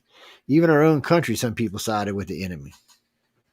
Some people even say that it wasn't that country's agents that did it, that we did it with missiles, and then tried to blame it on them just so we could make a war with them. And that would have been true, but one of them I actually watched hit, so I knew that was what exactly. Yeah, I saw the second plane hit live on NBC. Is it true that there was gold reserves underneath the trade towers? There was gold. It used to be years and years ago when Bin Laden first tried to blow it up with a box truck. He failed miserably because he put it on the wrong support pillar. But the Federal Reserve Bank was in the basement then, but it had since been moved at the time of the 9/11 attack. That was another conspiracy theory, that it was demolished because they needed to get to the gold reserves. Well, actually, the real theory was it was demolished because the gold reserves weren't there anymore. They were gone. So what they were trying to say is all the gold got melted into all the rubble and rubbish and was just hauled off into tons and tons of rubbish, and that's what happened to it all, because it wasn't there anymore. That was what the thing that was running around everybody thought it was. And then, of course, there was the magnesite that was supposed to be in every column in every building. But that would have had to been built into it. It couldn't have been done there. Yeah. Is there any truth to the fact that it was actually demolished, like the way casinos and hotels are demolished in Las Vegas when they're getting ready to build a new one? As in, you mean a controlled demolition? Yes. Yeah, no, it not possible, because those two buildings weren't the only ones destroyed. In a controlled explosion, only the building you want destroyed, or building complex you want destroyed, it's well roped off so it won't damage things around it. When it came down, it damaged and destroyed another 9 buildings around it. Well, I mean, the theory I heard was that it was meant to look like a disaster, but it was actually with the technology used as a controlled demolition. But they didn't put those fail safes up because they needed it to look like terrorists did it, you know? Yeah, I mean, there's a lot of debate about that whole thing, but whatever it is, there wasn't any kind of control. If they wanted those buildings taken down, they could have easily done that.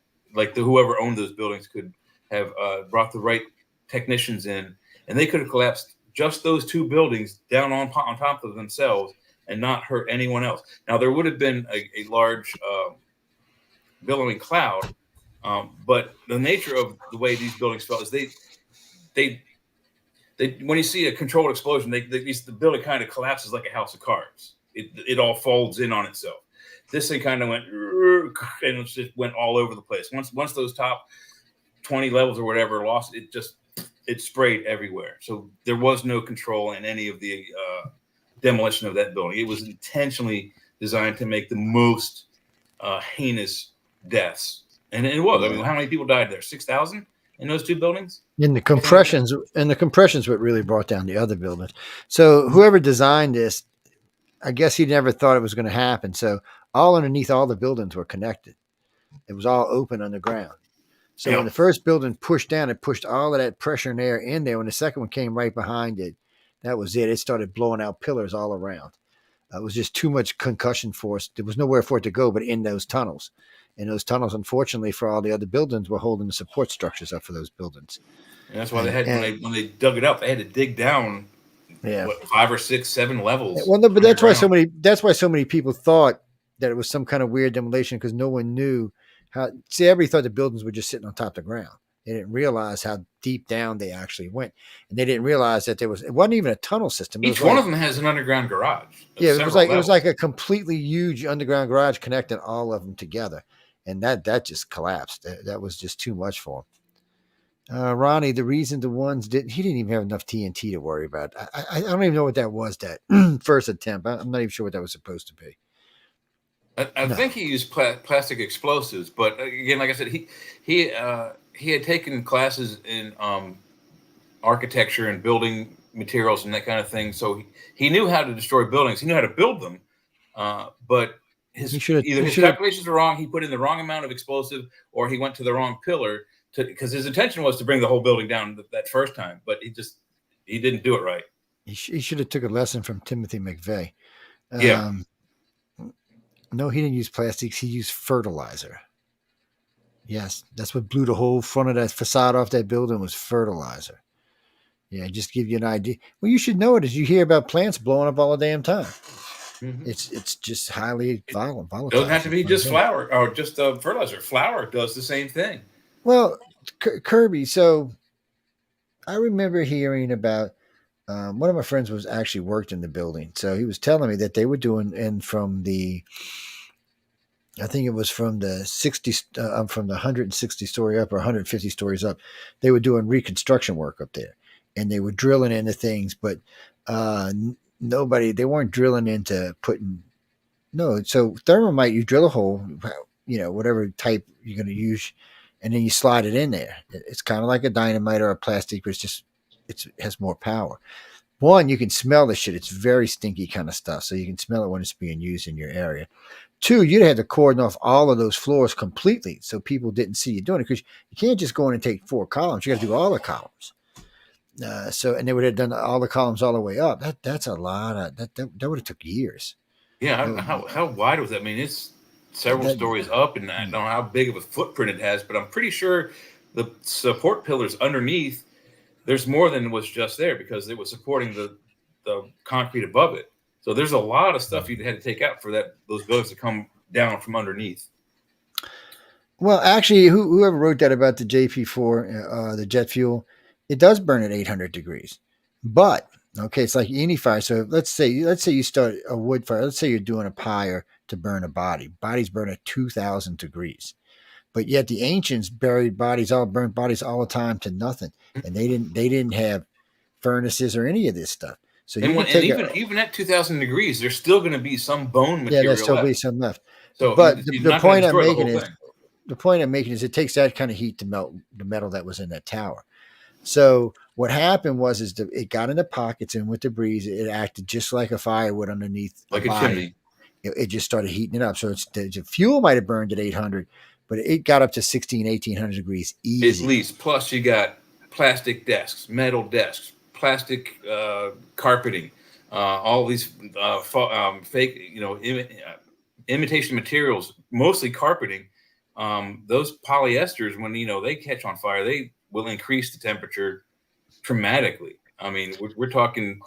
Where did the first one hit? Like 10 floors below the top, and then the second plane hit like 14 or 15 levels below the top. That's a lot of weight to lose its integrity. When that collapsed, you're done. Both of those buildings were done. Welcome everybody into the inside chat room. How y'all doing? Lee, Ron, Ed, how y'all doing? Yeah, it was, oh no, I had hundreds of people come on my shows talking about how it was a conspiracy. So I brought one of my number one researchers in the world on the show, Mr. Jim Mars, and him and I got into a real deep discussion about this. Jim is by far one of the best researchers I've ever seen. And not just that, he was one of the most well-connected people in the government that I've ever had the pleasure of working with. And he introduced me to all sorts of people that I'm still friends with today. He wanted it. A lot of people wanted it to be a conspiracy, but in the end, when all the data came back, it's just not what it turned out to be. Oh, you're talking about the Pentagon? Yes. So I'm going to tell you a little secret about the Pentagon. I had a bunch of people there working the Pentagon, friends of mine from Louisiana who were working first responders. So I did see the original video, the one you're talking about, where it looked like a missile went through and hit the building. So if you go back and look, there's some video footage at the gate. You know, the gate where you park your car, come through. Well, that's where the jet went through. Yeah, you can see it clearly. It's a jet when it goes through it. But more so than that, I knew a lot of first responders there. They were picking up body parts all over the place, inside the Pentagon, outside the Pentagon, legs, Wow. arms, faces, heads. Yeah, no, it wasn't. I'd like to say it was staged, but it and if it was staged, that means somebody went out in the middle of the night and put parts out all over the place. And let's also be honest. The defense systems around the Pentagon and Washington D.C. If it was a missile, it very likely would have been shot down way before it got near that building.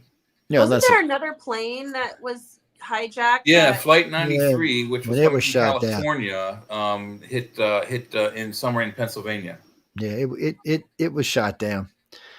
So you can hear people on the phone talking because they were taking the cockpit back. Yeah. So these people were smart. These other people watching Twin Towers coming up to their face, you'd have thought they'd have been kicking the doors in, but obviously in fairness, they just took off and they did just a quick U-turn off the tarmac right to those towers. The plane from California I think it was supposed to hit either the White House or the Senate building, but it was coming from California. So they had 5 to 6 hours to formulate a plan to attack 3 idiots who took over the plane. So they waited too long. The one in Pittsburgh, all they did was they rushed the thing and they were getting in. And you hear people, they're on their phone talking to their loved ones when this went down. And then you hear one guy say, looks like a military jet alongside of us. There was 2 of them, looked like F-15s. The guy knew his shit pretty well. He gave a good description of them. And he said, yeah, they're just trailing us, staying with us, because this one was headed for the Pentagon. That's where this one was headed. They knew where it was headed. They knew what the course was. They'd already plotted out the course, and they shot it down. With everyone in it? Oh, wait, no, I'm sorry. That one was headed for the White House. Yeah, they shot it down with everyone in it. Yeah, it was either the White House or the Senate building. Yeah, wherever it was. Did they all die? It might have been the Senate. Yeah, no one survived that plane crash. So the government said, no, we didn't. But unfortunately for the government, the plane came down in 2 parts in 2 different places, which suggests something blew it apart. Not that it blew up in the air, not that a bomb blew up from the inside, but something hit it from the outside and knocked it out the sky. And you were never able to talk to the pilots that went along. They never let you interview anybody that was involved in it. And all they said was it was a terrible accident. No one ever gave a firm conclusion of what happened to the jet. They tried to say that they broke into the cockpit and they tried to accelerate too fast and it snapped the plane in half. It's not what happens when you accelerate a plane too heavy. It will flip over and it will fall out the sky and kill your ass, but it ain't going to break in half. They're not designed to do that. And then, the FAA caught a lot of trouble, but they shot that plane down. And they would have shot the other one down. They just couldn't get to it in time. It's what bothered me is the second one that hit the towers, they should have been jets all up in the air. Yeah. We should have had jets scrambled all over the place, man. We should have had jets scrambled. First off, we should have grounded every plane that was still in the air. And anybody not responding, there should have been F-16s on the side or F-18, F-14 or something. Yeah, I believe they didn't ground air traffic for at least another hour after the Pentagon was struck. Yeah, it was handled in a piss poor fashion. That's the best way I can say it. Well, you can say it was a conspiracy, and maybe it was, but they did have 14 Iranians they tracked around, and there is some evidence that both the CIA and FBI knew certain aspects of all 3 of those teams or all 4 of those hijacking teams were in the country. Neither agency told the other, hey, we saw these guys you're looking for. Hey, we saw these guys you're looking for. No one said anything like that. Had they shared that information like good law enforcement guys should, it probably never would happen. All of those agents would have been arrested as soon as they got into the country. And so we found out after all this shit went on that President Clinton had known about this. The FBI, CIA, and 5 different organizations knew this was coming and knew there was people in the country to do this. But since they weren't allowed to talk to each other back then, no one ever told anybody else. So no one was preparing for it in any shape, form, or fashion. No one briefed the president. No one did anything. So boom, it just happened. And after it happened, we had to deal with it. And then, of course, after they traced everybody back, they came from, Afghanistan and Iraq, which we had already blown the living shit out of Iraq. But guess what we're going to do? We're going to go blow the living shit out of Iraq again. And now it's an easy target. We didn't even have to worry about nothing shooting us out the skies. Carly, it's a dangerous world we live in, is all I can say. Yes. Yeah. What do you mean? Excuse me. Oh, shit. Sorry about that, guys. Yeah, me too. So what do you mean? Why won't the aliens? Why would they? Okay, let me ask you this. Help us? Why do you want to go get in the war in Africa? I mean, we're bitching about even giving arms to the people in the Ukraine and Israel. We're not even in the wars. But you want us to go get no. So what? We're going to go fight with aliens whose technology is far beyond ours. I imagine they have weapons that they don't even have to blow up anything. They can just send out a signal and jam all our crap up like an advanced EMP. We have this thing here on this planet called freedom of choice, like free will. And I think what they are intending us to do is the right thing with that. Instead of like going and sending all our weapons to kill more people, like, there's got to come a point where somebody is like, well, maybe we shouldn't keep killing ourselves. And we're really good at it now. We've evolved beyond that point. And I think that's probably part of the reason why they don't want to help us is that, we don't help ourselves. Right. With the technology we have right now, not the possibly fictional stuff that is hidden in bunkers in Nevada. We have the technology on this planet right now to eliminate all kinds of things like money systems. We don't need it. We have ways to eliminate hunger. We're not doing it. There are more people hungry in this country than there are in other countries because we're a fairly large country. But there are hungry people. Homelessness. We could solve drug addiction. Homelessness, drug addiction, probably cancer. If JFK did the JFK challenge in 1961. Let's get ourselves to the moon and back in this decade, and let's do this. And the other things not because they're easy, but because they are hard, right? If we did the JFK challenge, let's knock out cancer by the end of 2030. It would happen. And if we had the JFK challenge, let's knock out hunger by the end of 2030. It would happen. They put a bunch of rocket scientists together with the least amount of money they could possibly give them and sent a whole bunch of lunatics to the moon. Literal lunatic, crazy people that flew really fast planes. They sent them to the moon in 10 years. We can do that with all the things we want to accomplish if we give them the JFK challenge. But nobody wants to take those challenges up because they're hard. They're not easy. Well, and that's the thing. Well, we know why FOMO don't want to take it up because they don't want to give up giving everybody chemo instead of a pill. Yeah. We'd all like a pill and get over cancer. Oh no, that's let's put you through 30 chemo sessions and then give you some pills. It's If the drug dealer gave you your shot of heroin every day for free, he'd be out of business in like a week. He wouldn't be able to buy more for you. Well, okay, so I just seen a comment a second ago, but let's look at it a different way. So we know some things have been cured, like syphilis C, and not syphilis, hepatitis C has been cured. But you know how much a shot costs for hepatitis C, ladies and gentlemen? $90,000. $90,000. I can't afford $90,000. Granted, I don't have hepatitis C, but I still can't afford $90,000. Lee is rich, but the rest of us poor bastards. She has not. She's a sugar mama, man. What are y'all talking about? That better be one really good vaccination. I mean, think about the cost of that. It's unreachable for anyone who doesn't make $1 million a year. It's just now, if you're on, like a friend of mine, he was on something disability, so they gave it to him for free. So he got it, and there are cures for other stuff out there, but cancer should already been cured. I hear dozens of great things about cancer all the time, but I never see them hit the market.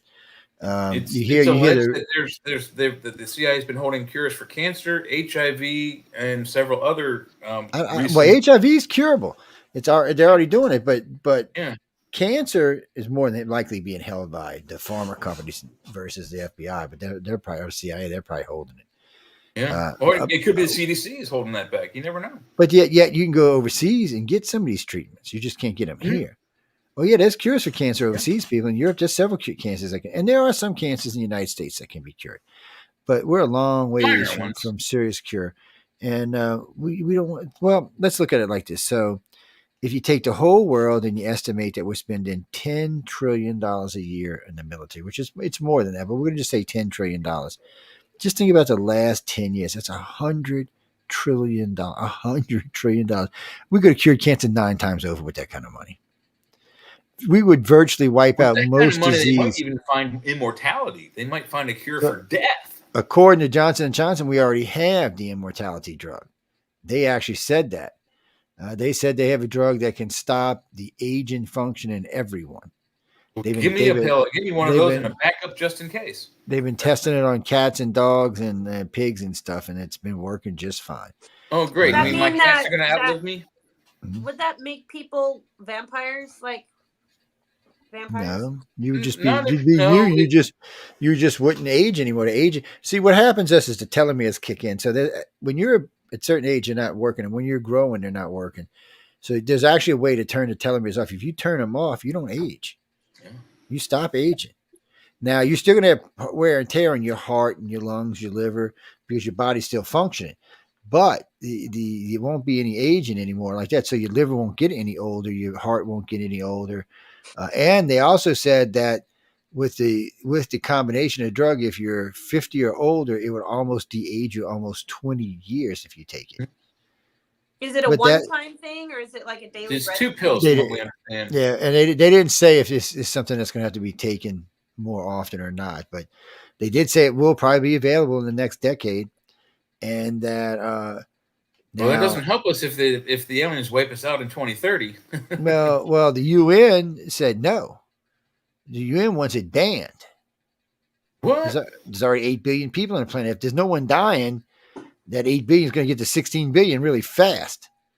And then the 25 billion is supposed to be the maximal sustained population. Death is such a huge industry. What would they do?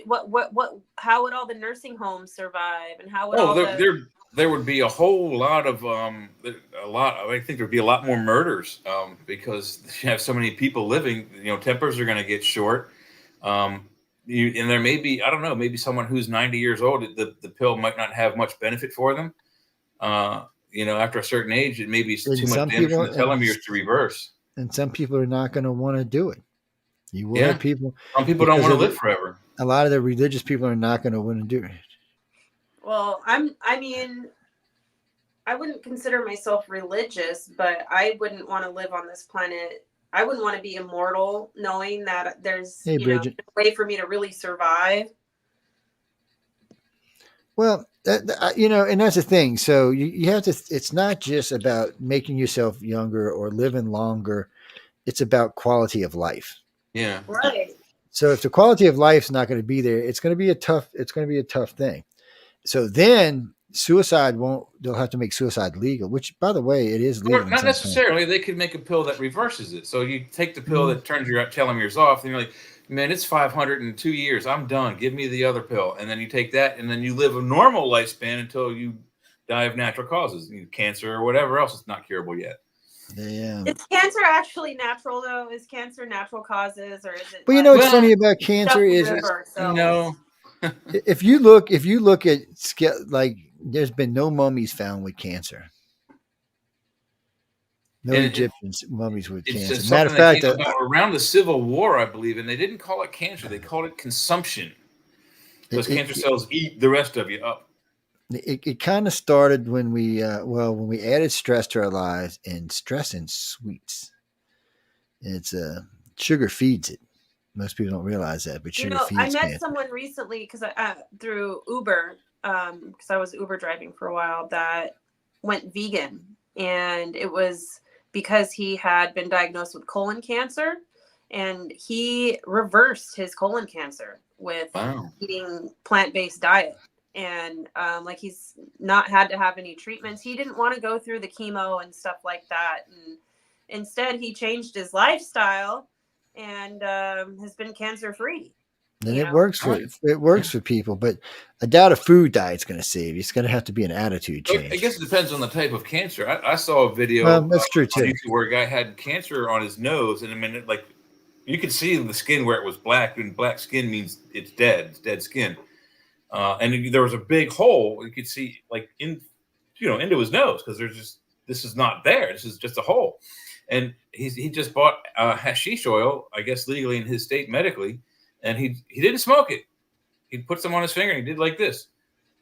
And he kept doing that every day. And I guess he did like a time lapse thing over the weeks that the blackness went away, the hole closed up, and he can breathe, and that's probably that CDB in that oil. Through the center of his head because he's got a hole in his nose anymore. Well, they say CDB is almost a miracle cure, like aspirin. They say it has a lot of good qualities. Mm-hmm. But yet it's still a Schedule 5 drug with no medical benefit. So people, if you're looking at drugs when you're buying, so if you have legal marijuana wherever you are, medical or whatever, so you can always look at how much THC is in the marijuana, but you can also look at how much CBC is in the oil. Yeah, they have a whole list. Yeah, so you can buy, of course, so you can still get a nice high, but you can also get the benefits of good CDB. Anyway, you get the good, so I keep screwing it up for some reason, but it's okay. It's one of them 3-letter thingies. No, so when I'm shopping for people, I'll look and see which ones have the best ratio, and that's what you get. Yeah. Well, if you're gonna get the benefits of marijuana, you might as well get the real benefits of marijuana, because THC is not really giving you the real benefits. My mom, bless her heart, just before she died, she knew I had been smoking weed in high school and in college. She finally comes up to me one day and she's like, "Have you heard of the CBD stuff? They say it can cure all kinds of stuff. Like it might help your back." And I'm like, "Oh yeah, you heard of that stuff?" So she started using it just before she passed. But she only said briefly that it actually helped, like on her arthritic fingers and stuff. I don't know what else she used it for, but she had fibromyalgia, and a lot of the time she was ornery because there was constant pain in her shoulder or whatever. But it was just funny that all through high school I was getting berated for getting caught with a tomato plant in my window and getting caught in college with marijuana pipes in my dorm room. And just before she died, she enjoys a little bit of that. So that was nice to see. It's always nice. It's no, Carrie, you can get it any place you go will have it listed. Actually, there's 4 or 5 things in marijuana, so you can read them all and see what's in there. There's limonene is a thing for male sexual. I'll just say veracity or virility. The more limonene's in it, the more the better you perform. Well, let's not get that. Let's give that to the more young guys. They can have that shit. Young guys aren't the ones that need it. It's us old guys that need it. No. Trust me, this old guy don't need it. It's we're not even going to go there.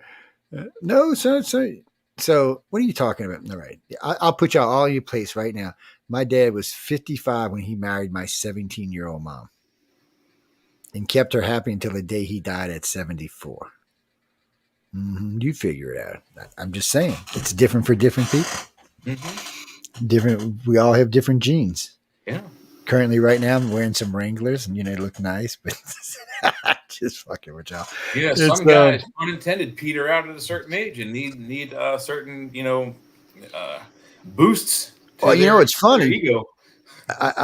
Who was it? Somebody just got busted for this, for selling Viagra, $25 a pill. What? They was just selling. They got caught in New Orleans selling it $25. The dude said he was selling like 1,000 pills a month. Jesus, if you get the prescription, I think it's only like $7 or $8 a pill. I'm like, damn, people, y'all some desperate SOBs. I think somebody thought it did more than it did, but we're gonna leave that alone. Yeah. What do you mean? Aliens don't even heart attacks, but I don't even know if aliens. No, I don't know if they procreate the way we do. No, I mean, not that we know the Greys don't. So we know the Greys actually grow theirs. Yeah, it's alleged that they download their consciousness into new biomechanical constructs. But even when they create new ones, they grow them. Mm-hmm. Well, I don't. So I don't exactly understand it all, but in their society, it seems like they may. So like here, we breed like rabbits. They don't. So you may see a breeding pair every so often, maybe every 100 years or 500 years or even 1,000 years, they may have a kid. And possibly an artifact of long life. Yes. Yeah, 1,000-year because lifespan, well, no, their lifespan's over 1,000,000 years. or more than It's that. Yeah. so the thing for them is they know this, so they have a huge society that's spread out across God knows how many planets. So they could breed more if they wanted to, but they understand, six. I mean, we're ridiculous. We're 8 billion of us.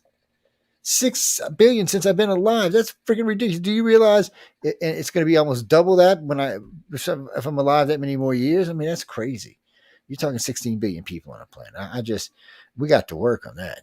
Now, if Elon his dreams come It might through and not you be put a such a billion on problem Mars, if I think the planet can handle it. We don't know. Like if you go into certain buildings in America, the fire marshal in that area has, especially public buildings, has determined the size amount of people, civilians that can go into this building during operating hours. But during an emergency, they have a number for if there's like, an evacuation, whatever, this building can hold that many more for an emergency purpose. There's probably something like that for the planet, and how many species and how many of each species the planet can actually support. But the problem isn't that the resources are finite, which they are. The problem is density.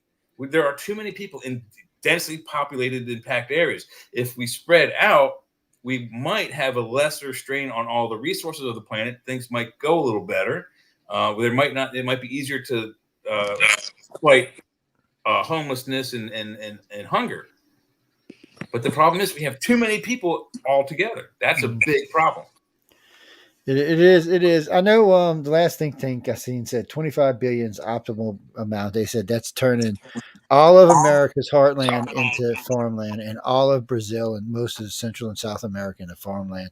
They could feed the whole planet. And they don't need everybody's all, what are you talking about? No.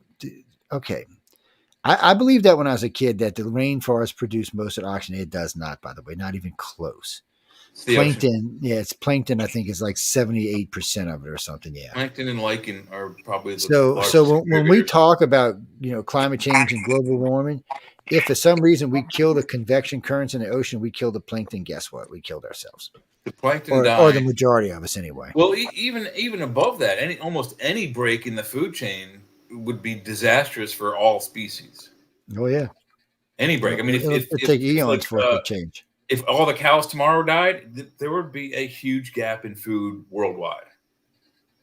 Well, and the convection currents will probably get back one day, but we don't know how long they're going to take to get there. So, what do you mean global warming? I don't believe in global warming. I do believe in climate change. It's a different thing. The process of our Earth's atmosphere, and there's nothing we can do to stop it, change it, or make it better. Yeah. The reason I know it's climate change because here where I live in the deep south, where it gets steamy, hot, and muggy. It's actually been cooler down here, both winter and summer. We've actually seen snow 4 or 5 times in the last 10 years, which before that, I'd only seen it once in every 10 years. I saw snow in Savannah in my 13 years, at least twice, possibly 3 times. So we used to see 98 and 100% humidity daily. Now it's more like 95, 94, plus it's still 80, 90% humidity, but the temperatures have come down in the winter times. They've gone up for us. So it's a difference. It's different here. And Savannah, Georgia, you can walk around if you're, one of those people that isn't always cold. You can walk through Savannah, downtown Savannah, Georgia, with short sleeves and short pants on through December. January, it gets bitter cold, but through December, it's like Indian summer most of December. I mean, it is for us. It's like 98 humidity sometimes. This year, everybody was running around in shorts this year for Christmas. So it was warm. I think it was like 81 degrees or 82 degrees. Everybody was very comfortable. It was very nice. Everybody dressed real light and enjoyed it.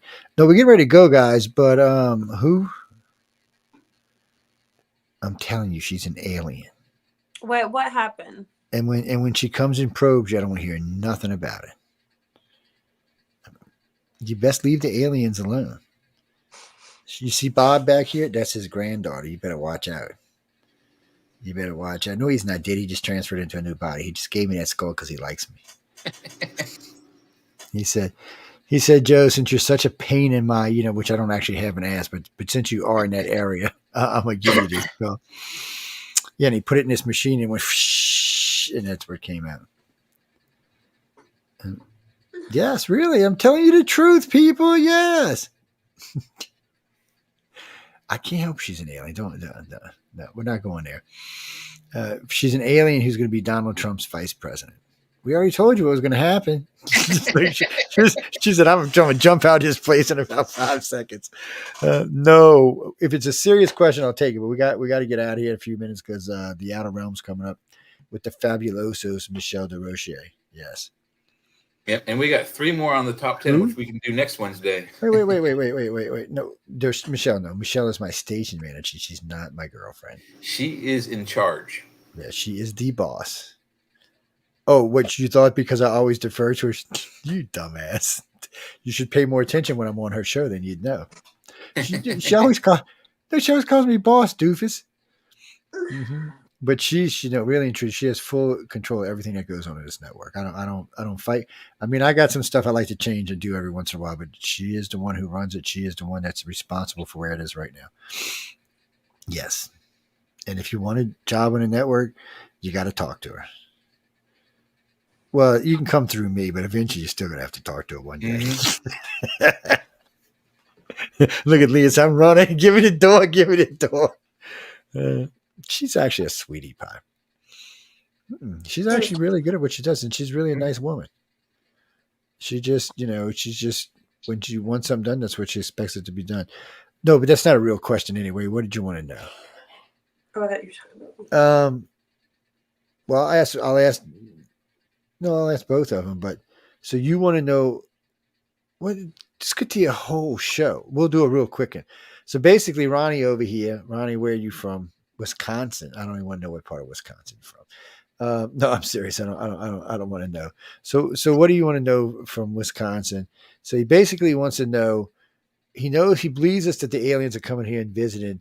He just can't understand what it is, even if it was in the past, what it could possibly be in any shape and form and fashion that they could find interest in us.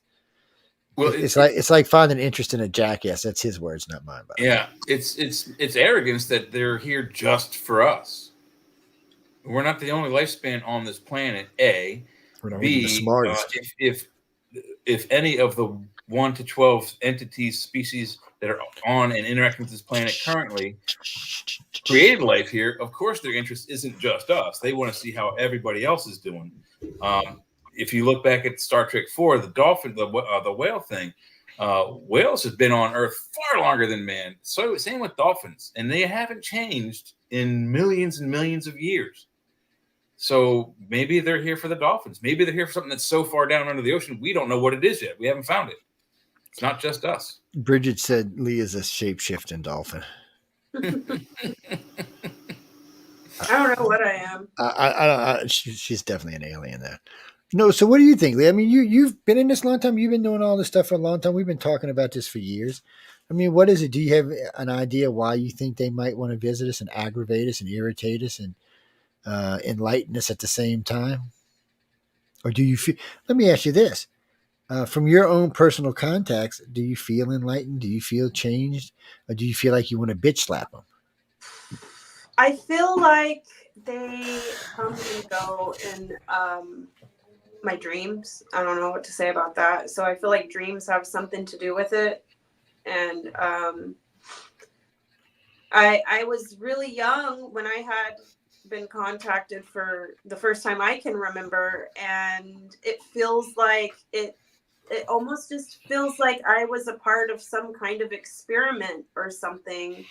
I don't know. I don't really have words for it. I'm still trying to figure it out myself, but it might not even be important. I don't know. It might not even be that big of a deal. I feel like maybe I was set out to accomplish some type of mission and I failed it, and so they don't want to talk to me anymore or something like that. I don't know. Well, I doubt that's what it is, but more than likely in your case, what I would bet money on, because you're still pretty young, is the fact that somewhere along the line they seen it was causing you grief and decided not to let you remember anymore. Now, you can ask for downloads and you can push it till they start touching your brain again, but that's entirely up to you. But I really feel like, because I've been knowing you a long time, I really, and this is true for a lot of people who have had these experiences. Sometimes they become overwhelming, and not just because of the experience, because of life. Sometimes we have things going on in our life that alien contact does not really, let me say, how can I say this, help. I wanted to say it much differently, but I mean, really and truly, you got shit going on in your life, and an alien comes up and decides, oh, well, I'm going to take you on board my ship and have some experiments with you. And meanwhile, you're thinking about other things, and you're like, how am I going to deal with this, and then deal with this, and then deal with this? It's a lot. It's a fucking lot is what it is. And it's not easy for anybody who has to go through this. And then sometimes I think because of what they do and how they take us, I think sometimes that leaves residual effects that can ripple through our lives and cause other problems. Because if you're not with someone or around someone that understands it, it's just going to make for more problems. Or Yeah. it can bring up feelings in you, and I don't mean you personally, but anybody. It can bring up feelings in anybody that can cause other problems in other parts of your life. It's just. And I've tried talking here's a to good way to people. think about it, about the experience of abduction. And I can't say that it's happened to me, but if you ever have been in the hospital and been on painkillers for a kidney stone like I have, or whatever it ails you, or you've gone to visit someone, a parent, a sister, or whatever, that's been in the hospital, even a sister who's had a child, you go to visit her after the child is born, which you would do in a family. When they're unconscious, the way you wake most people up in the hospital is you don't rattle them. You hold their hand or you touch their shoulder, and you don't shake them. You wait until they wake up. The contact of your hand on them almost always wakes you up. Look at their face when you do that. It's almost always pure fear, like because you're not startling them, but they're just waking up to consciousness, and they're almost always the face of startling. So think about that. If you're woken up as an alien abducts you, and then they put you out, you're going to have a fear, flight or fight fear response every time you have an abduction experience, even if they erase your memory. So that's traumatizing. Even if the abduction is beneficial to you, maybe they're curing your cancer. You don't know. You don't know. What were you saying, Leah, baby? I really don't know. All I know is that it's real. Well, not that. That's. Well, no, it's a tough thing to deal with, and I mean, it's. Somebody wrote a thing a little while ago. Professor Johnny Mack agrees with you. These experiences are 100% real. They are not imaginary. They are not imaginary. They are not fictitious, and they are not shared group hallucinations. Well, one of our old directors, Mike, who's retired now, he's an abductee, or we'll say contactee. We'll be borderline up in there. So over his life, he was dealing with it, and he used to get really angry at his wife because she didn't believe him. Eventually, it caused a divorce. They ended up splitting, and they went on, and the kids separated. But then she took the kids because the judge said, well, you're seeing aliens. You can't have the kids. So he says, all right. And then all of a sudden, these kids start hitting 12, 13, 14, 15, and guess what's happening? They're being taken. And they're telling mom, and mom can't deal with it. Mom's losing her mind. She's taken to the shrinks, to the psychologist, and it's not doing any good. It's not stopping. And then eventually, two of the kids just ran away one night. They knew where their dad was, so they ran to go see their dad. And he sat them down and explained to them what was going on in their lives. And he said, look, come sit and listen to this. They were playing our show. So, and he said, come listen to this, and you're going to understand what this is, and you don't have to be scared. The scary stuff is going to stop, and it's going to be just a fun experience, down the line, and or in the beginning and then down the line. So the kids kind of chilled, and then, of course, the police came to get the kids because they were at the dad's house. Wanted to arrest the dad. He's like, for what? They just ran to my house. They're my kids. So they went back to see the court. All three kids said, no, we want to live with our dad. And he was showing that he had a nice home, nice job, whole 9 yards. So the judge really couldn't say, I can't give you the kids because that's where they want to be. Because usually at 12, 13 and older, they'll let you pick what parents you want to live with. Yeah. So they went to live with the dad, and since then they have been doing fabulous. It's not that they're still not having experience. It's not that they're not waking up in the middle of the night screaming like they Their do. perception has changed. But because they feel more protected and more somebody actually understands, they have somebody to talk to about it, they're moving forward with their lives, where before they were just running and hiding in a closet is what they were doing. So it's changed. And when I meet people, friends of mine or people who work for the organization or just contactees and abductees, when I meet these people who meet another contactee and fall in love, do you know the divorce rate amongst contactees is less than 1%. I was going to say 0%. It's less than 1%. I mean, it's ridiculously how low it is. Because one, you're both going through the same experience. You both understand it. It's just nice to have someone to talk to. It's nice to have someone to formulate opinions, whether they're right or wrong. It's nice to be able to work it out, and just work it out. And then when you have a friend or a spouse or someone you can talk to and work it out, it allows you to, when you meet people like us, to be able to kind of express it better and help you to understand what's the next step in your life. Yes, I'm getting that reptilians to give her wings. Isn't there a story about two people who were abducted from very, very far apart cities like New York and Texas, a male and female, and that they never met on Earth, but after their abduction experience, they always met within the abduction experience itself, and somehow in real life or outside the abduction experience, they actually ran into each other, and they were like, "Hey, you're familiar," and then somehow started a relationship. And that is there not a story I've got videos on that old high 8. I got to get a new one so we can see them again. But so when I attend conferences, when I go to a conference, I always have a bunch of contactees come to see me because I'm in their town or I'm nearby. They can come visit me. You'll be amazed. I mean, amazed when they see each other. They start talking to each other. They know each other. They're talking about what they're wearing. So just to put this in perspective, I was talking to a friend of mine one night, Gia. And I said, no, I seen you last night. She said, I said, you don't believe me? I said, you were wearing a flannel shirt with pink underwear with little frittly things around your ankles. And you kept looking for your keys. But since you were on your ship, you couldn't find them because your keys was underneath your damn chair at your house. She flipped. I mean, she flipped. She said, do you have a camera in my house, you pervert? I said, you live in the middle of the desert, nowhere. How am I get a camera in your house? And she was like, that's impossible. You can't know all of that. I said, I know all of it. And I said, I actually know quite a bit more than that. I said, when you're on board, because you communicate with people on board the ships, it's so hard for our brains. We're so limited in brain capacity. It's like we got a terabyte drive and the aliens are trying to shit in 50 terabytes of information in there. It's just hard. And so you need someone to talk to. You need somebody to work it through.